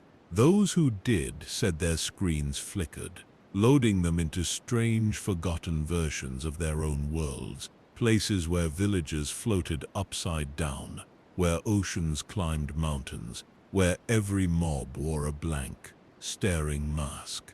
Places that felt like memories of Minecraft, half remembered and half erased. The Forgotten Bell doesn't appear often. Maybe it's a glitch. Maybe it's a leftover from worlds that were deleted, but not fully forgotten. But if you ever find yourself in an abandoned village, and you see a bell darker than the rest, if the world seems too quiet, if your footsteps start to echo even when standing still, you might want to leave it alone. Some sounds were never meant to be answered. Deep in forgotten mine shafts, beyond the broken rails and abandoned chests, there's a story players whisper about, a structure that doesn't fit the normal world generation, a thing that shouldn't be there at all. They call it the Endless Ladder. You find it when you're lost underground, maybe after hours of mining, when torches are running low, and you can't remember which tunnels you've already explored. A shaft carved straight downward, narrow and perfectly square, with a single ladder stretching down into the darkness. It's too neat, too perfect. Unlike normal mine shafts, which crumble and break over time, the Endless Ladder remains pristine. Every rung placed exactly right, no gaps, no broken blocks. Some players, curious or desperate, climb down. The first 100 blocks are normal. Occasionally, a patch of deep slate, maybe an abandoned rail or two wedged into the stone. But the deeper you go, the stranger things get. The walls begin to change, first into polished stone, then darker, shinier materials that don't match any known block. The temperature seems to drop. Torches flicker or refuse to be placed at all. The only light comes from a soft glow emanating from the ladder itself, as if it remembers a time when light was needed here. And always the descent continues. Some players reported climbing for real-world hours without reaching the bottom. Hunger bars stopped depleting. The sound of climbing, the thud of boots against the ladder, slowed down, stretched out, until each step sounded like a heartbeat. Those who tried to leave, jumping away from the ladder, building out from it, found themselves looping back. No matter which direction they placed blocks, they remained trapped beside the endless fall. And sometimes, when players looked up, they saw something following them, not close, just a shape, far above, barely visible against the shrinking square of the shaft. Something descending slowly, patiently, matching their movements rung for rung. No one knows what happens if you keep climbing down forever. Most players log out in fear long before they find out. Some tried closing the game, only to reload back at the surface with inventories wiped clean and compasses spinning in random directions. Others reported stranger effects, seeing ladders in their overworld builds where none had been before, shafts opening suddenly under bases, strange scraping sounds at night, even while playing in peaceful mode. A few players believe the endless ladder isn't a structure at all, but a place, a testing ground left behind by whatever code birthed Minecraft's world generations. Or perhaps it's a door, one that you open not by walking through it, but by trusting it long enough to reach whatever waits at the bottom. Next time you're deep underground and you find a perfectly straight ladder leading downward into infinite darkness, ask yourself, would you climb, or would you turn back before it's too late to stop? Strongholds are full of hidden chambers, libraries stuffed with cobwebs, corridors looping back on themselves, stairways leading nowhere. But some players, the ones who dig too deep or explore too far, tell of a room not marked on any map, a room that doesn't fit any normal stronghold pattern. They call it the room that watches. It looks ordinary at first, a square stone room, about 5 blocks wide, lit by a few flickering torches. Cracked bricks line the walls, and a pressure plate sits harmlessly in the center of the floor. But the moment you step inside, you feel it, the pressure, as if the room is smaller than it looks, as if the very walls are breathing, leaning closer the longer you stay. Some players describe feeling their field of view tilt slightly, even without moving. Others report sudden spikes of lag or dropped frames, despite no mobs or redstone nearby. And always, there's the overwhelming sensation of being watched. Not from the door, not from the ceiling, from the walls themselves. If you place blocks inside the room that watches, they behave strangely, shifting slightly. When you look away, rearranging themselves into rough, unsettling shapes. Clusters resembling eyes, twisted faces, reaching hands. Digging into the walls reveals only more stone. But players who mined long enough claim to find something deeper. Behind the walls, faint outlines of doorways, sealed shut. Halls that should exist, but don't. And sometimes, if you listen carefully, when standing very still inside the room, you'll hear it. A soft tapping, like fingers drumming against stone. The sound isn't random. Players who mapped it claimed it followed patterns, beats that matched their own heart rates, speeding up if they grew frightened, slowing if they calmed. Some players placed redstone devices, hoping to map the room's behavior. None of the circuits worked properly. Signals pulsed in strange rhythms. Pistons extended and retracted at random. Trapdoors opened without being touched. Some said they saw blocks updating by themselves, shifting half a block up or down, flickering like frames in a broken film. And if you stayed too long inside the room that watches, you wouldn't find the door anymore. Players reported walking in circles, corridors folding into themselves, staircases leading back into the same room again and again, even after breaking walls to escape. The stronghold and the world rearranged itself around them, trapping them with the quiet, endless presence of whatever watched from within the stone. Maybe the room that watches isn't a bug. Maybe it's the heart of the stronghold, a place where something waits, unseen and forgotten, until a player foolish enough stumbles inside. Next time you're exploring strongholds deep underground, and you find a room that feels too still, too heavy, too alive, trust your instincts. Some rooms aren't meant to be entered. Across sprawling plains and high mountain valleys, players sometimes stumble upon a lake that doesn't appear on any map. A lake that seems too perfect, too still, too quiet. They call it the memory lake. It isn't like normal water. It doesn't ripple when blocks fall into it, nor splash when you dive beneath the surface. The reflections on the lake aren't always correct, either, sometimes showing scenes that aren't happening, things that haven't yet come to pass, or places the player hasn't visited. Most players find it while wandering at dusk, when the sun is low and the land seems to blur into dream. The first thing they notice is the light. The lake reflects no sky, no sun, no stars, only itself. A glassy, endless, bottomless mirror. If you toss an item into the lake, it doesn't sink. It vanishes before touching the surface, leaving a small ripple that fades much too slowly. Some players have stood at the edge of the memory lake for long minutes, sometimes even hours, entranced by the shifting images on its surface.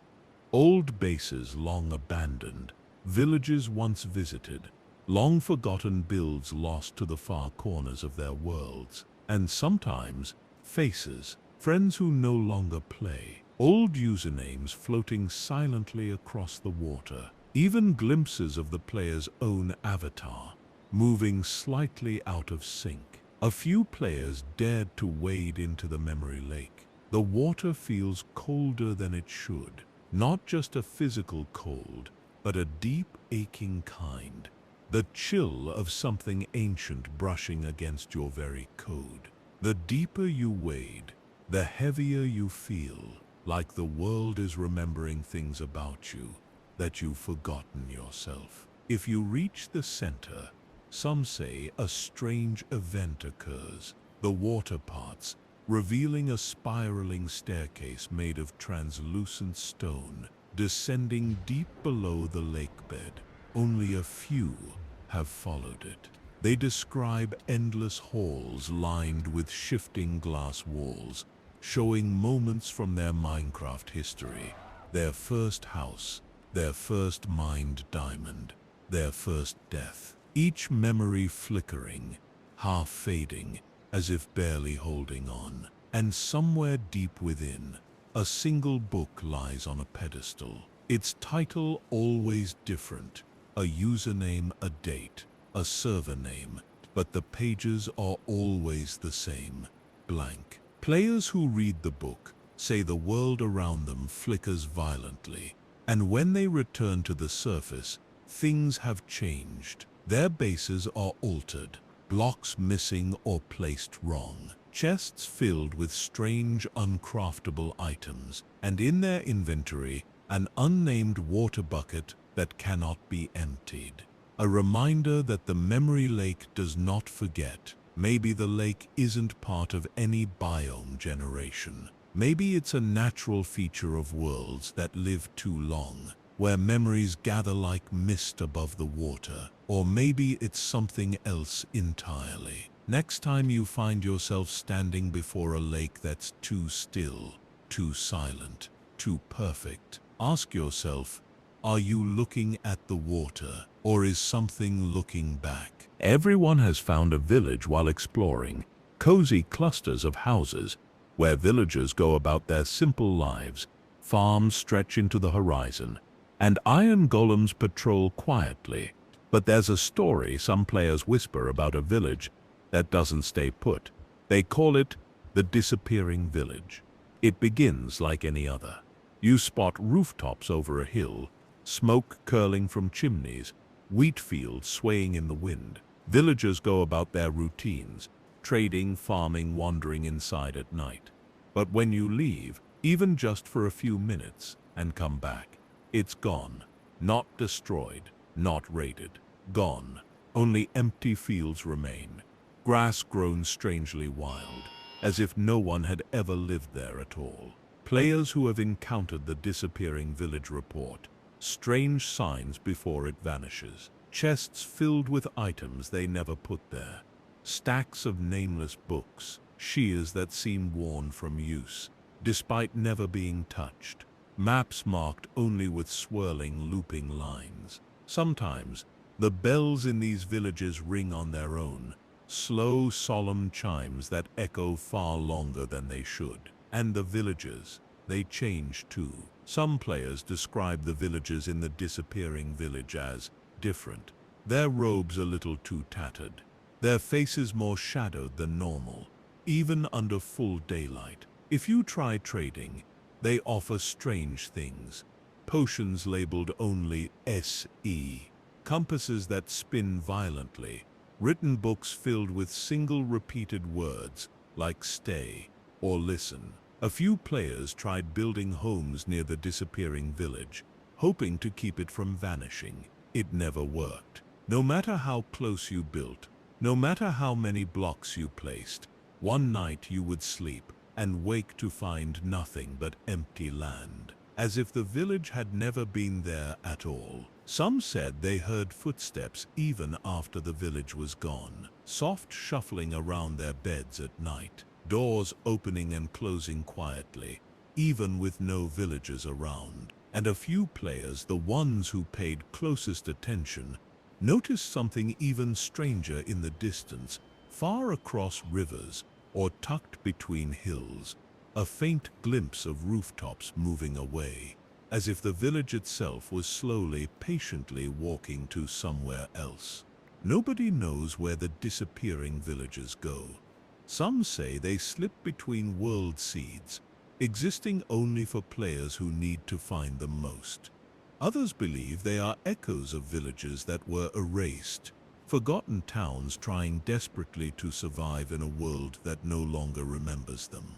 But one thing is certain: if you find a village that feels a little too quiet, a little too solemn, maybe don't linger too long.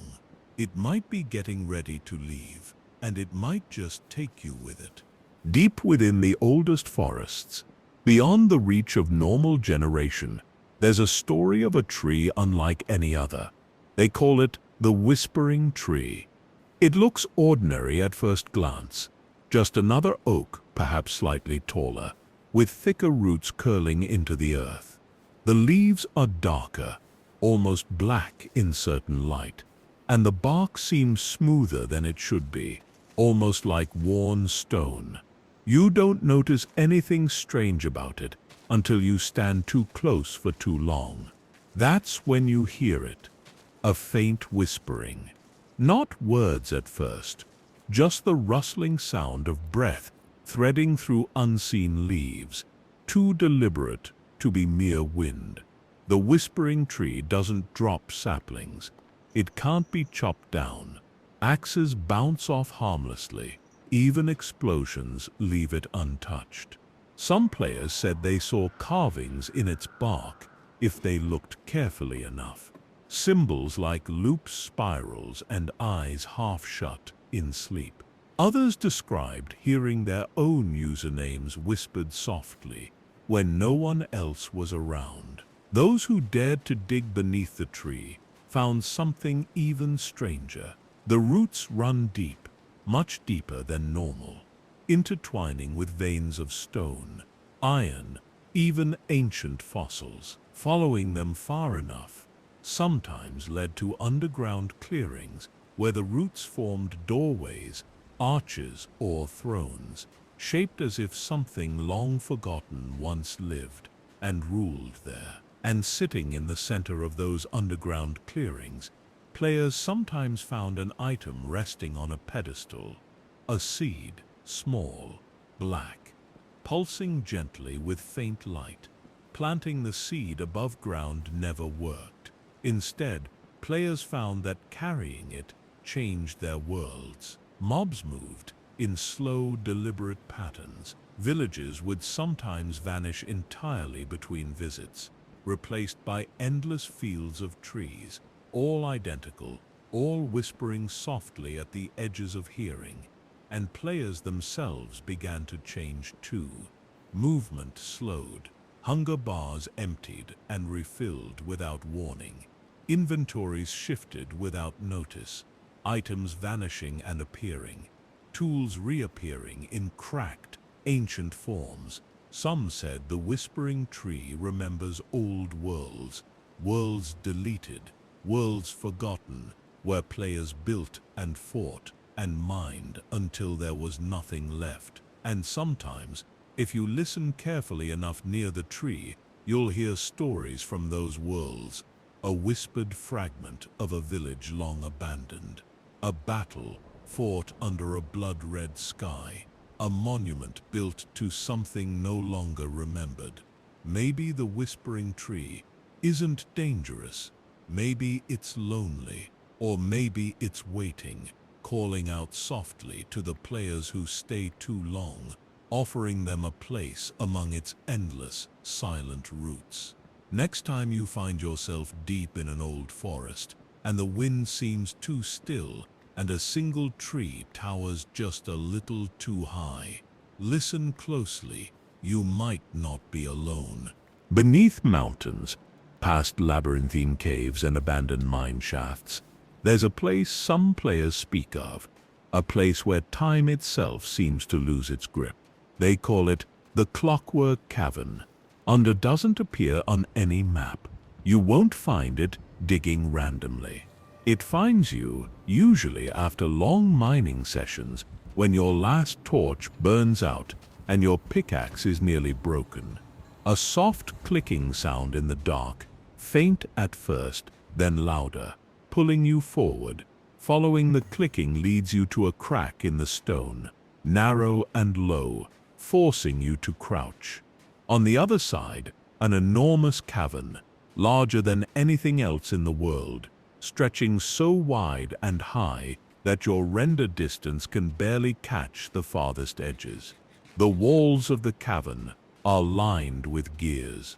Huge ancient gears made of gold, iron, copper, spinning slowly, endlessly, without source or purpose. Some turn backward, others tick forward, pausing as if confused. Chains dangle from the ceiling, swinging gently, even though there's no wind. And overhead, suspended in the endless air, floats a giant clock. Its hands spin in ways that make no sense. Minutes reversing, hours leaping forward. The ticking sound vibrates through the stone, through your armor, into your bones. The deeper you walk into the Clockwork Cavern, the more time itself begins to behave strangely. Torches flicker out, moments after being placed, only to reappear in your hand. Items drop from your inventory and roll backward along the floor, rewinding into your pockets. Hunger bars fill and empty unpredictably. Some players reported sudden bursts of aging in their builds after visiting the cavern, fresh wood turning to mossy planks, iron tools rusting visibly before their eyes, and sometimes they saw themselves. Brief flashes at the edge of vision, another version of themselves mining ahead, placing blocks behind, sprinting in reverse, chasing them, leading them. No one knows. In the very center of the cavern, where the ticking is loudest, there's said to be a pedestal made of smooth stone, holding a clock that doesn't spin at all. It simply points directly at you.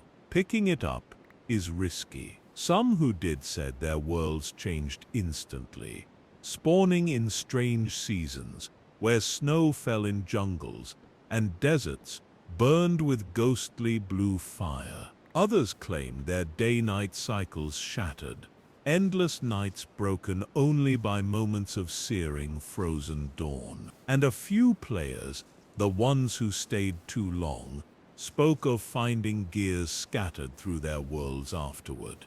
Buried in hills, hidden beneath oceans, embedded inside trees, always ticking, always moving, always remembering. Maybe the clockwork cavern isn't a glitch. Maybe it's the forgotten engine that powers the entire world, a machine left running long after its builders disappeared. Next time you hear faint ticking deep underground, before you dismiss it as redstone, listen carefully. It might not be a machine you're hearing. It might be time itself, grinding forward, backward, and noticing you. On rare occasions, far from spawn, and deep within lonely plains or abandoned forests, players speak of a structure standing alone against the horizon.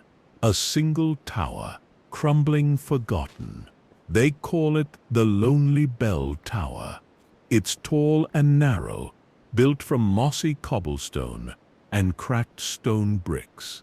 Vines wrap its sides, swaying in a wind you can't feel. There are no villages nearby, no roads leading to it, just a solitary building in the middle of nothing. At the very top of the tower hangs a bell. Not a normal bell. This one is massive, tarnished dark and green, as if it had been hanging for centuries. It sways gently, even without anyone touching it, letting out the faintest echo of a chime. Not enough to hear properly, but just enough to feel deep in your chest. Inside the tower, a narrow spiraling staircase winds upward. The air is heavy. Each footstep echoes longer than it should, bouncing strangely against the stone walls. Climbing the tower reveals strange signs of a world forgotten. Cobwebs woven into the shape of eyes. Broken ladders repaired with mismatched wood. Paintings hung crookedly. Paintings you don't recognize from the regular game. Some players reported that time seems to blur as they climb. Minutes stretch into hours. Hunger bars freeze. The sun outside stays locked at the same low point in the sky, casting long broken shadows through the cracks in the walls. And when you reach the top, there's the bell, swinging, swaying, waiting. Some players rang it, and some say that when you ring the lonely bell, you hear more than just the chime. You hear footsteps rushing up the tower behind you. You hear doors slamming far below. You hear voices, urgent, panicked, whispering in languages you don't understand. But when you look, the tower is empty, always empty. Those who stayed too long after ringing the bell reported seeing strange shapes on the plains below, figures slowly gathering, standing silently at the tower's base, staring upward, faceless, motionless, waiting. A few players tried to jump from the tower to escape.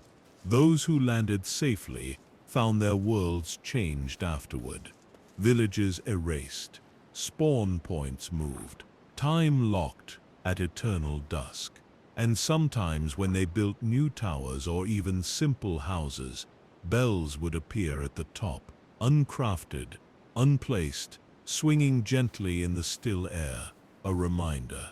Maybe the lonely bell tower was once part of a forgotten village, lost before world generations settled into its familiar patterns. Or maybe it was never part of the world at all, but a door left open, waiting for anyone brave or foolish enough to ring it. Next time you see a solitary tower rising on the horizon, silhouetted against the setting sun, decide carefully. Some bells, once rung, are never silent again. Every night in Minecraft is familiar. The stars wheel overhead. The moon rises gently, lighting the land in pale silver. But once in a very long while, under circumstances no player fully understands, the night changes. They call it the red moon. There's no warning, no weather event, no sign of something about to shift. You look up at nightfall, expecting the normal, comforting pale circle. But instead, the moon hangs low, enormous and blood-red, bleeding a soft crimson light over the landscape. At first, everything feels normal. The mobs spawn, the zombies groan, the skeletons rattle. But the longer the red moon stays in the sky, the more the world begins to shift. Animals behave strangely.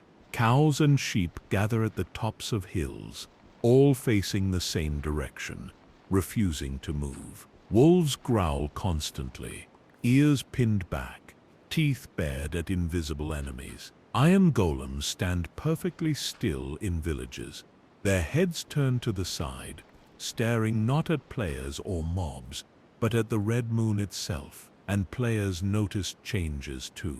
Torches dim slightly, casting smaller circles of light. Armor loses durability faster. Beds refuse to work. No matter how safe your shelter, you cannot sleep during the red moon. Most unsettling of all are the mobs. Creepers that don't hiss before they explode. Zombies that break down doors faster than before. Skeletons that fire arrows in long sweeping arcs, as if anticipating where you'll run, rather than aiming directly. And every so often, players report seeing something new. A figure in the distance, not a normal mob, not another player, something tall, pale, watching from hills, rooftops, forests. It never approaches. It never attacks. It simply watches, its blank face turned toward you, bathed in the blood-red light of the moon. Some players tried logging out during the red moon to escape its unsettling effects. When they returned, their worlds were slightly different. Time stuck at midnight, crops refusing to grow, mobs spawning even in well-lit areas, and a few found that their own character skins had changed subtly. Darker clothing, eyes a shade too bright, arms moving just a little too stiffly.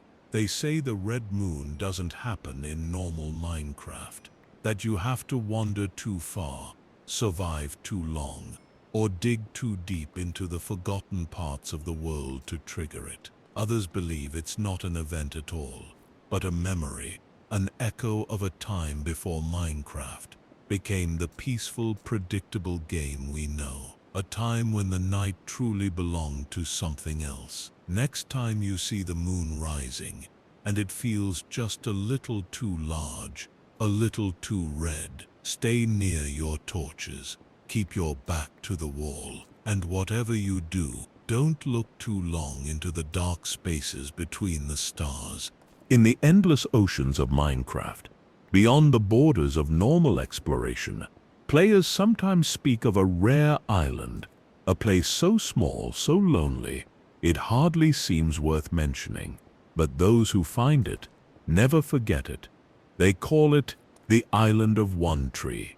It appears in the middle of vast, empty waters, no nearby land, no signs of shipwrecks or buried ruins, just a single patch of sand and dirt, barely large enough to stand on, with one solitary tree rising from its center. At first glance, it seems harmless. maybe even peaceful, but the longer you stay, the more you notice. The sun seems slower overhead, dragging itself through the sky like a weary traveler. Clouds stretch thin and stringy, barely moving.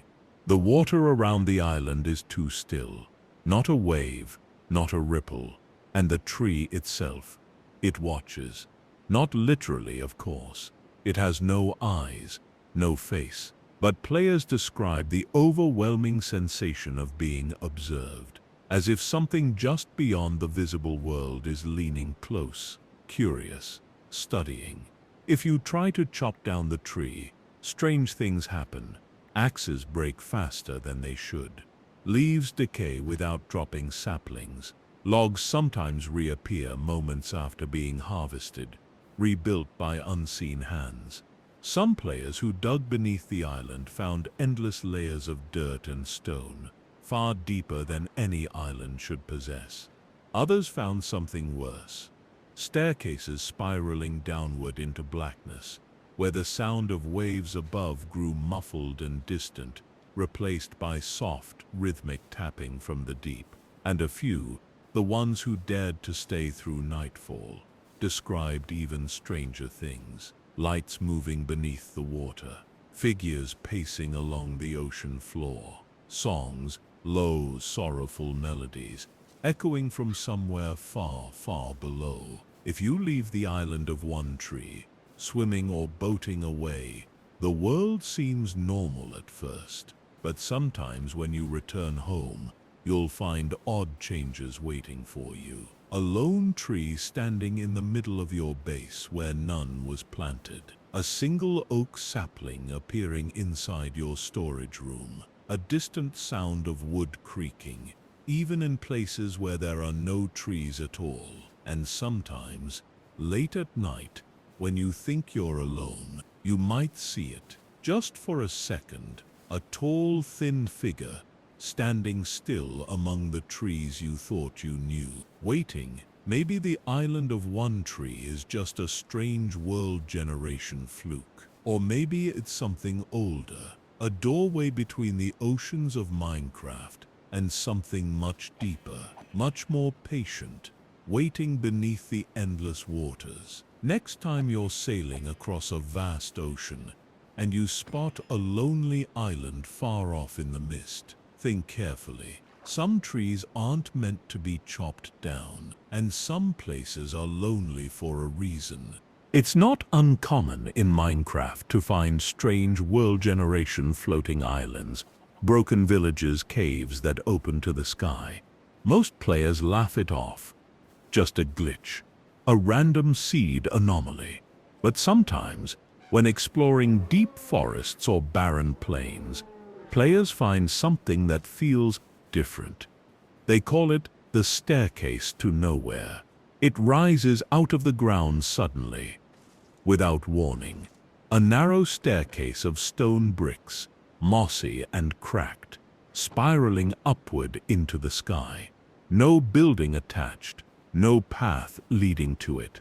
Just a staircase turning and turning, leading higher and higher into the air. From below it looks normal enough, a relic of a ruined tower, maybe, left behind by forgotten code. But when you climb it, the world begins to shift. The sky darkens subtly, even during the day. The horizon stretches farther away, colors becoming more muted, washed out like an old painting. Sounds, the chirps of birds, the splash of water, fade until only the thud of your own footsteps remains. And no matter how high you climb, you never seem to reach an end. Some players reported climbing for hours without finding a top platform, a room, even a broken block. The staircase simply coils upward endlessly into a sky that grows heavier with every step. Looking back down shows only mist. The land disappears, swallowed by a dense, colorless fog. You can't see where you came from. You can't see anything at all. A few players tried jumping off, desperate to return to the ground. They fell, but never landed. Their screens froze mid-air, characters spinning helplessly downward into nothingness, until eventually the world crashed or they logged out manually. And when they reloaded their saves, they didn't spawn where they left off. They spawned at a new location.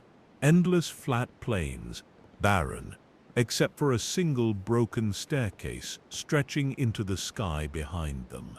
Their own staircase, left unfinished, waiting. Others reported strange changes to their worlds after escaping the staircase to nowhere. Staircases appearing underground without reason, spiral formations in caves, walls shaped into impossible loops. Some believe the staircase isn't a glitch, but a doorway, a trap designed to catch players who venture too far from the normal world, who try too hard to climb beyond the boundaries set for them. Or maybe it's a message, a reminder that not all paths lead somewhere, and not all heights are meant to be reached. Next time you're exploring and see a lonely staircase twisting into the sky, think carefully. You might be taking the first step toward a place you can never come back from. Deep underground, past abandoned mine shafts and forgotten strongholds, there's a story about a room players sometimes find by accident. A room that feels wrong. A room that wasn't meant to be opened. They call it the Room of Endless Doors. You'll know it when you see it. A large square chamber, carved perfectly from smooth stone. Its walls lined with doors. Dozens of them, all identical, all closed. The room is eerily silent. No mobs spawn here. No ambient cave sounds echo. Just the heavy, suffocating quiet. Some players, curious or reckless, try opening the doors. Behind the first few, nothing. Just more stone walls, sometimes short hallways that twist and loop back to the same room. But the more doors you open, the stranger things become. One door might reveal a landscape you don't recognize, a desert made of glass, where the sun hangs frozen low in the sky. Another might open into a mirror image of your world, familiar yet wrong, trees twisted, rivers running red instead of blue. And sometimes, when you open a door, you see yourself standing on the other side, silent, still, watching. Players who opened too many doors reported changes even outside the Room of Endless Doors. Corridors looping back in impossible ways, chests filled with items they never collected, time jumping forward or backward without warning, and always the lingering feeling of being followed. Some players dropped items to mark their path, torches, dirt, weapons, but every time they turned around, the room was different again. The doors rearranged, the floor cracked or smoothed over, their markers swallowed without a trace. There's no known exit once you truly enter. Breaking blocks doesn't work. Teleporting glitches and loops you back to the same room. Logging out and back in sometimes lands you in even deeper levels. Rooms stacked beneath rooms, corridors filled with doors that creak and moan even when untouched. The only clue players ever find is scratched into the stone above the first door they opened. Choose carefully. Not all doors lead home. Some theorize the Room of Endless Doors is a relic from an abandoned dimension, an experiment in infinite worlds stitched too tightly together, left rotting beneath Minecraft's polished surface. Others believe it's a test, a puzzle with no solution, a trap for players who stray too far, dig too deep, ask too many questions. Next time you're mining and stumble across a chamber lined with endless doors, you might want to think twice before opening one. Some doors, once opened, never let you back through. Most players build beacons proudly, Monuments of progress, glowing towers of light that pierce the sky above their bases, casting strength and speed into the land around them. But sometimes, rarely, players find one already standing, silent, cold, forgotten. They call it the Forgotten Beacon. It doesn't generate near villages, or in treasure rooms, or above hidden bases. It stands alone, often deep in forests or tucked away in ravines, where no light should reach. Its beam is different too, not the normal brilliant white, but a soft pale green, pulsing slowly like a heartbeat. At first glance, it seems broken. No buffs apply when you stand near it. No options appear when you right-click. The beacon simply hums, vibrating softly through the blocks around it. Some players tried digging beneath it, curious to see what kind of pyramid supported the strange light. But they found something unsettling. The base isn't made of iron, gold, emerald, or netherite. It's made of stone. Old, cracked, dusted stone bricks, arranged into a perfect pyramid shape, too ancient to have been placed by any villager, too precise to be random. And beneath that stone, if you keep digging, you find more beacons, layer after layer, each one dead, their lights long since faded, buried deeper than bedrock should allow. Some say the beacons stretch downward endlessly, a tower built not to reach the heavens, but to anchor something deep underground. Players who linger near the Forgotten Beacon report strange phenomena. Time moves strangely. Night arrives earlier. Day stretches longer. Rain falls in thick, unnatural sheets, even in deserts. Mobs spawn in larger numbers, but only passive ones. Endless herds of sheep, cows, pigs, all moving in slow, synchronized patterns, gathering around the beacon as if drawn by it. And sometimes, if you watch the beam long enough, you'll see something moving inside it. A shadow, an outline, a figure walking upward against the beam, climbing higher and higher into the sky, vanishing into the clouds. A few players dared to build into the beam, stacking blocks high, chasing the figure. None ever reported reaching the top. Some fell, some vanished, their servers reporting strange errors like entity not found or location undefined. And some returned to find their world changed. Structures rotated 90 degrees, rivers flowing in loops, mobs whispering instead of making normal sounds. Maybe the Forgotten Beacon is a remnant from an update never released. Maybe it's a marker for a dimension we were never meant to access. Or maybe it's a warning, a reminder that not all light leads upward, and not everything that shines in the darkness is meant to be found. Next time you're exploring and spot a pale green light stretching into the misty sky, decide carefully. Some signals are not meant to be answered. Not all lakes and ponds in Minecraft are created by rivers, rainfall, or world generation. Some appear without reason, tucked away in quiet forests or hidden between mountains. And some players, the ones who pay attention, speak of a pond that doesn't behave like any other. They call it the Mirror Pond. At first, it looks harmless, a small, round pool of water, perfectly still, even when rain falls or the wind blows through the trees above. But if you stare into its surface long enough, you'll notice it reflects more than the world around it. It reflects you. Not just your skin or armor, but your movements, your posture, your breathing.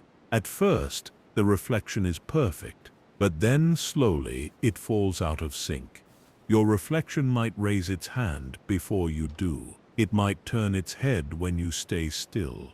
It might blink when you don't. Some players have reported seeing their reflection smile slightly, almost sadly, before returning to perfect mimicry, as if nothing had happened. Others claim that sometimes, late at night, You can see things standing behind your reflection in the pond. Distant shapes, vague shadows, too blurred to name, but too solid to ignore. Some of the brave ones touched the water. The moment their hand broke the surface, the world changed. Time would slow. The sky would deepen to an almost violet hue, and the ground would pulse faintly underfoot, as if the world had taken a deep breath and was waiting. And then, they say, the world would split. When they pulled their hand back, the pond's surface rippling unnaturally, they weren't quite in the same world anymore. Villagers acted differently, speaking in shorter, broken phrases. Animals moved in sharp, mechanical bursts, instead of flowing naturally. Trees leaned toward the player slightly, as if listening, and worst of all, there would always be another pond nearby. Another mirror pond, waiting, sometimes larger, sometimes smaller. Always still, players who tried destroying the ponds found it impossible. Buckets couldn't collect the water. Blocks placed into the pool simply vanished. Explosions had no effect. A few players said that if you stare too long into the second pond, the one that appears after the first, you'll see your reflection walk away, leaving you behind, standing alone, watching. Maybe the mirror pond is a glitch in world generation. Maybe it's a leftover from a time when Minecraft's reflections were going to be more alive. Or maybe it's a boundary, a thin place where the world you know and the world that remembers you cross paths. Next time you find yourself standing by a lonely pond and your reflection doesn't quite behave as it should, be careful. Some waters remember you better than you remember yourself. Across Minecraft's worlds, players often find ruined portals, shattered frames of obsidian, half sunken in the ground, moss growing over their stones. Most are harmless, most are just relics, simple echoes of travelers from long ago. But now and then, players discover a portal that feels different. They call it the Broken Nether Portal. At first, it looks like any other ruin. A few cracked obsidian blocks, a chest nearby filled with golden tools and half-burnt armor. But if you look closely, you'll notice small, unsettling signs. The obsidian isn't black. It's a deep, dark red, almost pulsing if you stare long enough. The gold blocks shimmer strangely, their surfaces showing flickers of landscapes you don't recognize. Forests burning without flame, oceans boiling under frozen skies. Lighting the portal seems easy at first. You strike the flint and steel, and the portal doesn't flash to life with a familiar purple glow. Instead, it opens silently, emitting no sound at all. A thin, shimmering surface, like glass stretching tight between the obsidian frame. The air grows colder. Mobs within 100 blocks go silent. Even the background music, if it's playing, cuts off sharply, as if the world itself is holding its breath. Some players, curious or reckless, stepped through. They didn't end up in the Nether. They found themselves in a place that didn't match any known dimension. A sky of endless ash, cracked ground stretching into forever, where dead trees reached upward like hands frozen in mid-scream. Rivers of dust snaked between jagged cliffs, flowing upward into the sky rather than downward.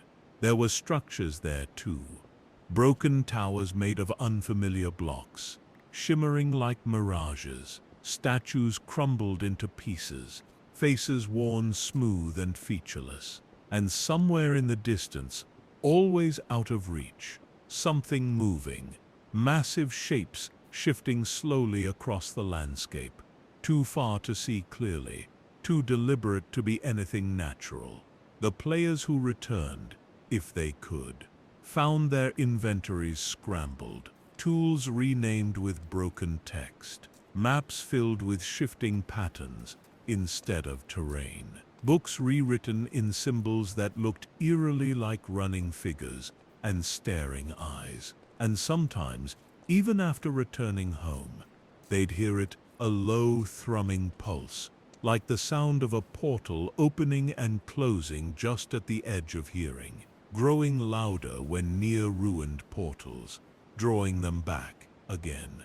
Maybe the broken nether portal is a leftover fragment of a dimension Mojang never finished. Maybe it's a memory, a piece of an older world Minecraft, buried long ago. Or maybe it's something that still waits, patient and watchful, for players curious enough to step through.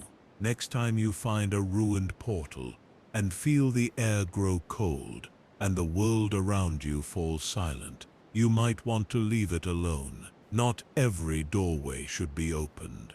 There are thousands of villages scattered across Minecraft's worlds, cheerful places filled with the sounds of trading, footsteps, iron golems pacing the streets. But sometimes, players stumble across one that feels wrong. They call it the Silent Village. It looks normal from a distance, houses arranged in neat rows, farms full of crops ready to harvest, pathways winding gently between lantern posts. But as you approach, you realize something is missing. There's no sound, no villagers bustling about, no doors opening or closing, no animals grazing in pens, only silence. Even your own footsteps seem muffled here, swallowed by the heavy stillness that clings to the air. Some players describe finding beds that have been slept in recently, rumpled and warm, as if the villagers had just risen and walked away a moment before.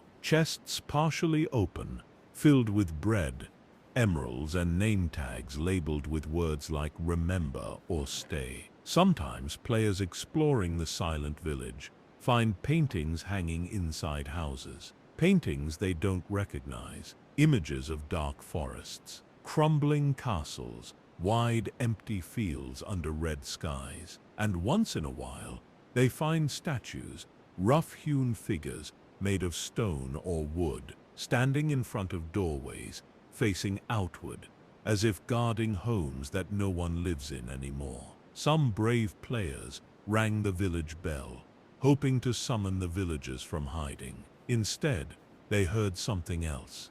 A faint echo, distant and slow, as if the bell were tolling deep underground, rather than from the village square. After ringing the bell, players reported seeing shapes at the edge of the village, tall, thin silhouettes standing just beyond render distance, watching silently, unmoving. Others found that the village itself began to change after the bell rang. Paths twisted in new directions. Houses shifted slightly, leaning at odd angles. The sun overhead flickered, pausing in the sky, as if deciding whether to rise or set. And always, at the very center of the village, something new appeared. A well deeper than normal, lined with dark bricks, a faint humming noise rising from its depths. Those who dared to peer into the well said they didn't see water, they saw stars,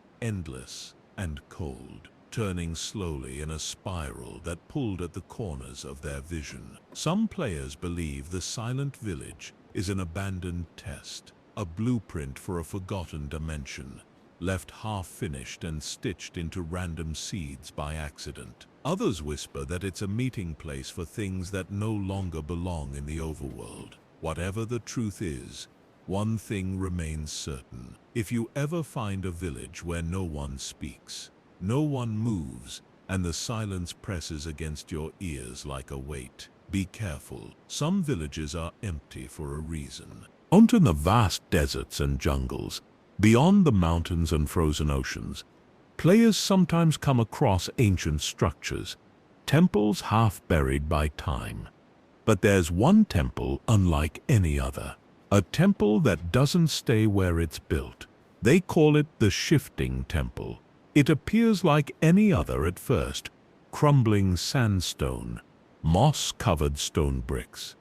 A familiar air of forgotten history. The kind of place where treasure might still lie hidden beneath traps and puzzles. But players who mark its location, who build near it, who expect it to stay, soon realize something strange. One day the temple simply isn't where they left it. Maybe it moves just a few blocks away, shifting slightly to the left. Doors facing a new direction. Maybe it relocates across a nearby river, half sunk in sand it hadn't touched before. Or sometimes it's gone completely, leaving behind only faint outlines in the terrain, depressions in the sand, broken patches of mossy stone where walls once stood. And if you follow the terrain long enough, you might find it again. Not rebuilt, not duplicated. The same temple, just moved. Some players tried entering the shifting temple. Those who dared to step inside often found themselves lost almost immediately. Corridors folding back onto themselves, staircases leading both up and down at once, rooms rearranging while their backs were turned. No maps worked inside, compasses spun uselessly. Even markers like torches or signs vanished when placed. And deeper within the temple, there's said to be a central chamber, a room lined with empty pedestals, each one facing inward toward a blank altar of smooth black stone. No treasure chests, no traps, just silence. A few players found symbols carved into the altar, shifting and unreadable, changing every time they blinked, as if the temple itself was rewriting its own language. Others claimed they heard footsteps behind them in the narrow hallways, though no one, no mobs, no players, was ever there when they turned. And if you stay too long inside the shifting temple, if you lose your sense of direction, you might find yourself walking out of the temple into a different world altogether. The sky colored wrong, the sun fixed in place, biomes stitched together in impossible ways, snowy forests blooming beside scorched deserts, oceans pouring up mountainsides, a world where no villagers live, where no mobs spawn, where only the temple moves, waiting. Maybe the shifting temple is a bug. Maybe it's a lost prototype for an idea that was never finished. A dungeon designed to escape players rather than house them. Or maybe it's older than the worlds themselves. Next time you find a temple standing alone on the horizon, and the walls seem just a little off, and the entrance shifts when you look away, be careful. Not every treasure is meant to be found. Some places want to be forgotten. Sometimes, while wandering far from spawn, past mountains, deserts, endless forests, players come across something unusual. A trail of lanterns hanging quietly from fence posts, each placed exactly 5 blocks apart, each casting a soft, welcoming glow against the growing night. Players call it the Lantern Path. At first, it feels like a gift, a guide back to civilization. Maybe a sign that someone else has been here, building, surviving, exploring. But the path never leads to a village, or a base, or any structure at all. It simply winds onward, through biomes, over rivers, across plains. Lantern after lantern swaying gently in a wind you can't feel. Some players followed the lantern path for hours. The scenery changes, day turns to night, rain to sun, but the path remains constant, unbroken, unchanging. And after a while, players begin to notice strange details. Trees along the path grow twisted, their branches curling downward, as if reaching for the ground. Water near the path flows more slowly, almost syrupy, refusing to ripple even when disturbed. Mobs near the path behave strangely, sheep that move only when not looked at, chickens that stand perfectly still facing the same direction, wolves that whimper softly when you get too close. Some players turned back when unease crept in. Others pressed forward, determined to find the end. A few claim they did. They found a clearing, a perfect circle where the lanterns ended, gathered around a single object, a simple wooden sign stuck into the ground. No words carved into it, just the sign itself, blank. Some players report hearing a sound there. Not music, not voices, but something like breathing, slow and steady, coming from everywhere and nowhere at once. Others said that if they stood in the circle too long, their screen would flicker, just for a moment, and when it returned, the lanterns were gone. The world around them stretched strangely, terrain folded inward, sky colored wrong, the sun hanging low and unmoving on the horizon. A world without sound, without mobs, without escape. Maybe the lantern path is a remnant of forgotten multiplier experiments, a road left behind in the code, waiting for someone to follow it. Or maybe it's a trap, a lure placed by something that remembers when players first walked through brand new worlds, alone and hopeful, chasing lights into the dark. Next time you see a trail of lanterns winding through the forest at dusk, think before you follow. Some paths are made to lead you home, and some are made to lead you away. Buried deep within Minecraft's vast underground networks, far below even the strongholds and ancient cities, players speak of a stone that shouldn't exist. They call it the Singing Stone. It's not easy to find. No coordinates lead you there. It's not hidden in chests or loot tables. It finds you when you dig long enough, in silence, when you mine for so long that the sounds of the pickaxe blur into the hum of the earth itself. Then, faintly, you hear it. A note, a soft, sustained hum. At first, it blends with the normal cave sounds, wind in tunnels, the soft drip of water. But as you mine closer, the sound sharpens into something unmistakable, a single, perfect tone. When players uncover the Singing Stone, it appears as a single block embedded into the wall, darker than deep slate, smooth like polished basalt, shimmering faintly, with colors that shift when you aren't looking directly at it. You can't break it. You can't move it. You can only listen. If you stay near the stone, the hum changes. It begins to harmonize with itself, adding layers of sound, building into a melody, soft and slow, like a lullaby, half remembered from a forgotten dream. Some players reported seeing strange things when standing too long by the Singing Stone, walls breathing gently, pulsing in time with the melody. Particles drifting upward in spirals, disappearing before touching the ceiling. Faint reflections of themselves standing still, unmoving, just out of reach. And the world beyond the stone shifts too. Surface biomes bloom in impossible colors. Trees grow in spirals. Rivers twist into loops. Night and day lose their rhythm, flickering like scenes in a broken film reel. Some players tried blocking the stone away, burying it behind walls of obsidian, encasing it in bedrock. But the song never stopped. It seeped through the blocks, humming in inventory screens, echoing faintly even when the world wasn't loaded. A few players carried the sound back with them, forever hearing the soft hum under every movement, mining, crafting, building, as if their world had been permanently tuned to the Singing Stone's endless lullaby. Maybe the Singing Stone is a piece of an abandoned update, a lost feature meant to deepen the underground mysteries of Minecraft.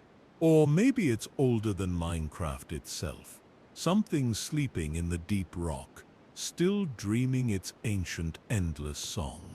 Next time you find yourself deep underground, and you hear a note hanging too long in the darkness. Step lightly. Some songs are meant to be heard, and some are meant to be left sleeping.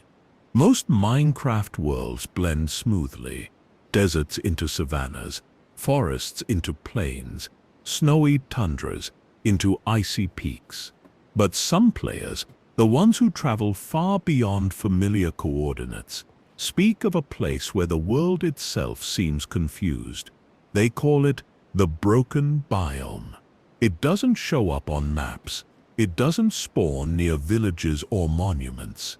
It waits far from spawn, sometimes tens of thousands of blocks away, out where the code stretches thin.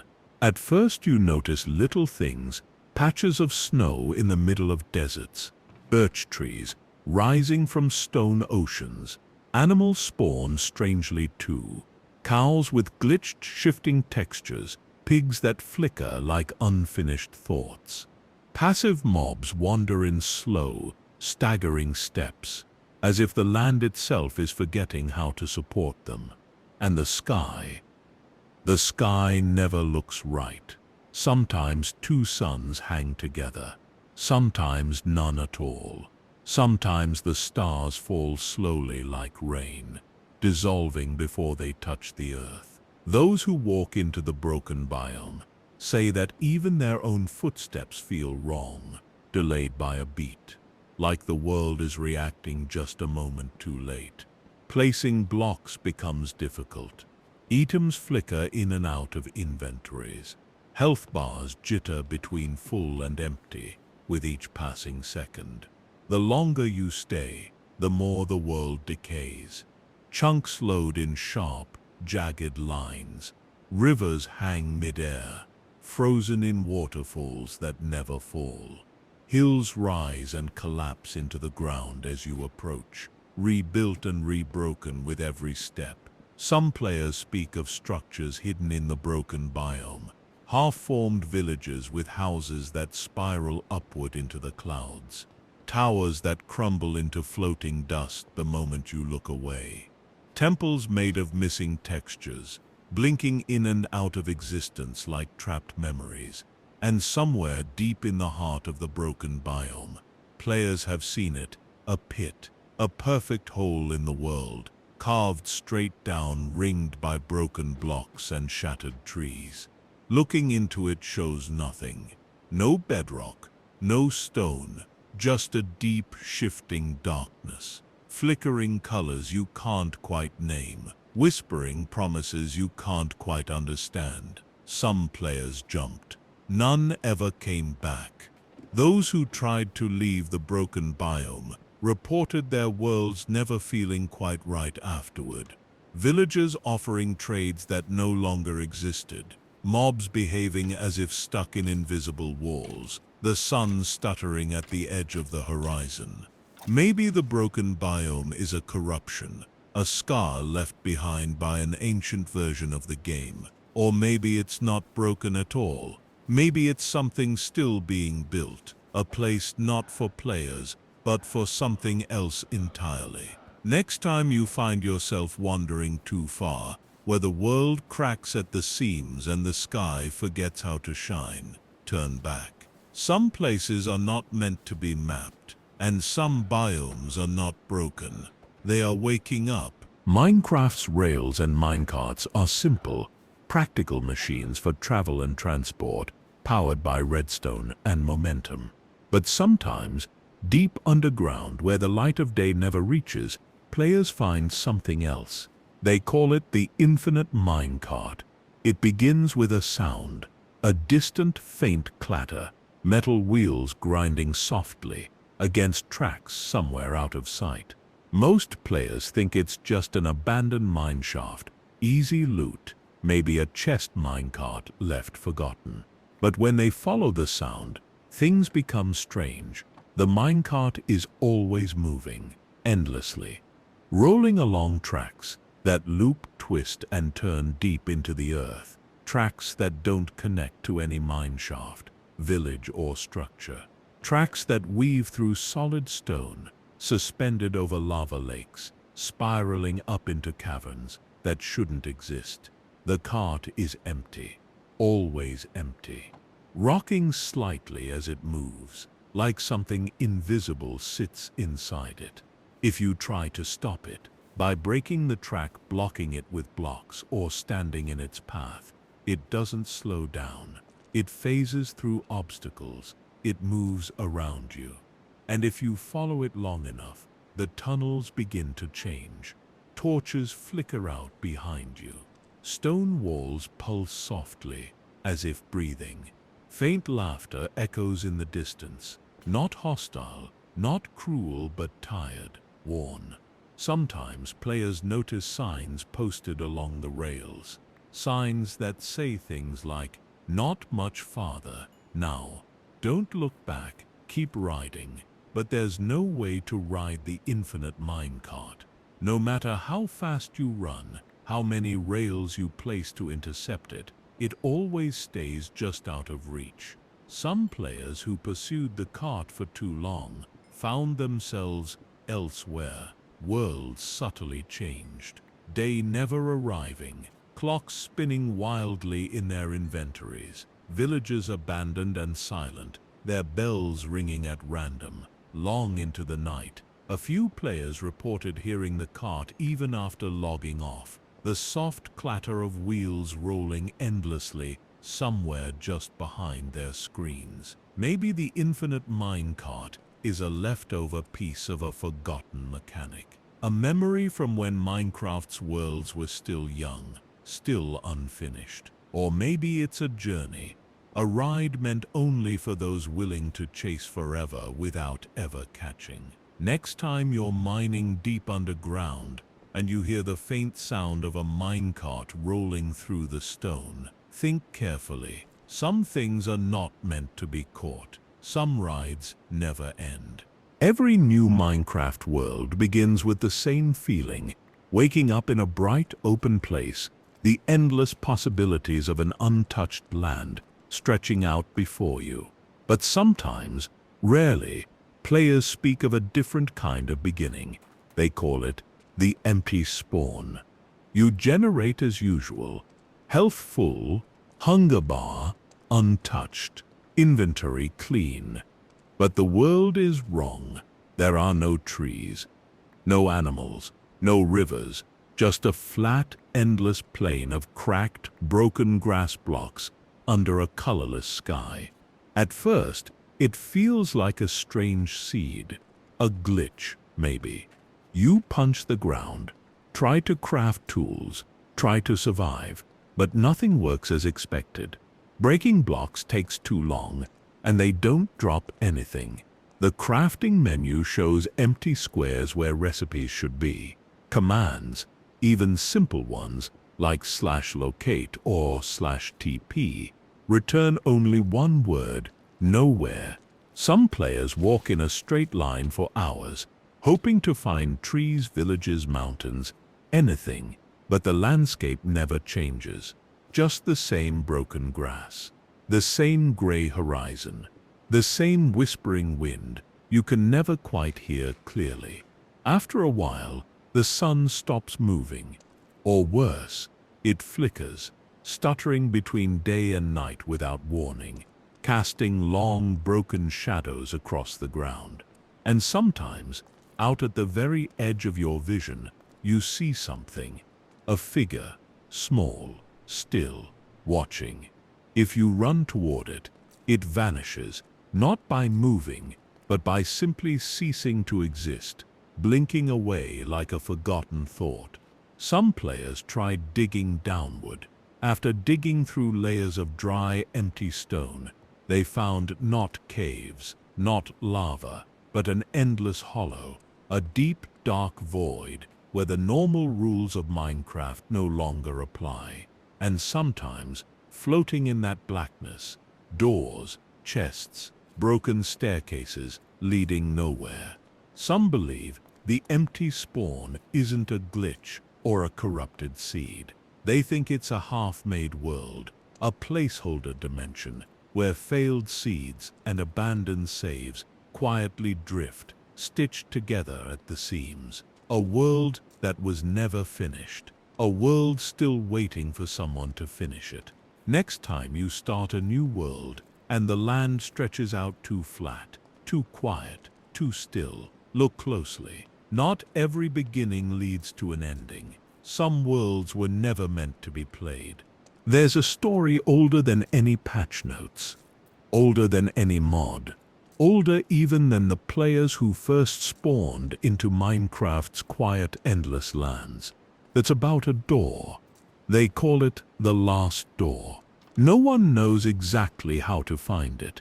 It doesn't spawn in villages, strongholds, or woodland mansions. It's just there, waiting. Some say you find it after surviving in a world for too long. Hundreds of in-game days without death. Building, expanding, exploring every corner, until the world itself grows thin around you. Others claim you stumble across it when you're lost, hopelessly, endlessly wandering, until the terrain stops making sense. And then you see it. A simple oak door, standing alone. No frame, no walls, no building, just a door, upright on the grass, swaying gently even without wind. It hums quietly, almost too low to hear, a deep thrumming vibration that you feel more in your bones than in your ears. If you approach the last door, the world behind you begins to fade. Colors dull, sounds muffle. Even your footsteps become quieter, your inventory lighter, like the game itself is slowly letting you go. Some players tried placing blocks around the door, building shelters, or marking coordinates. It never worked. The moment you look away, the door resets, standing alone once more, exactly as you first found it. A few opened it. When they did, they reported a blinding flash. Not white, but the deep, endless black of space between stars. And then, nothing. Their worlds vanished from their saves. Their screenshots became corrupted, showing only static. Their players, their creations, their hours of survival and building, gone without a trace. Only an empty slot where a world once existed. Others said they didn't vanish right away.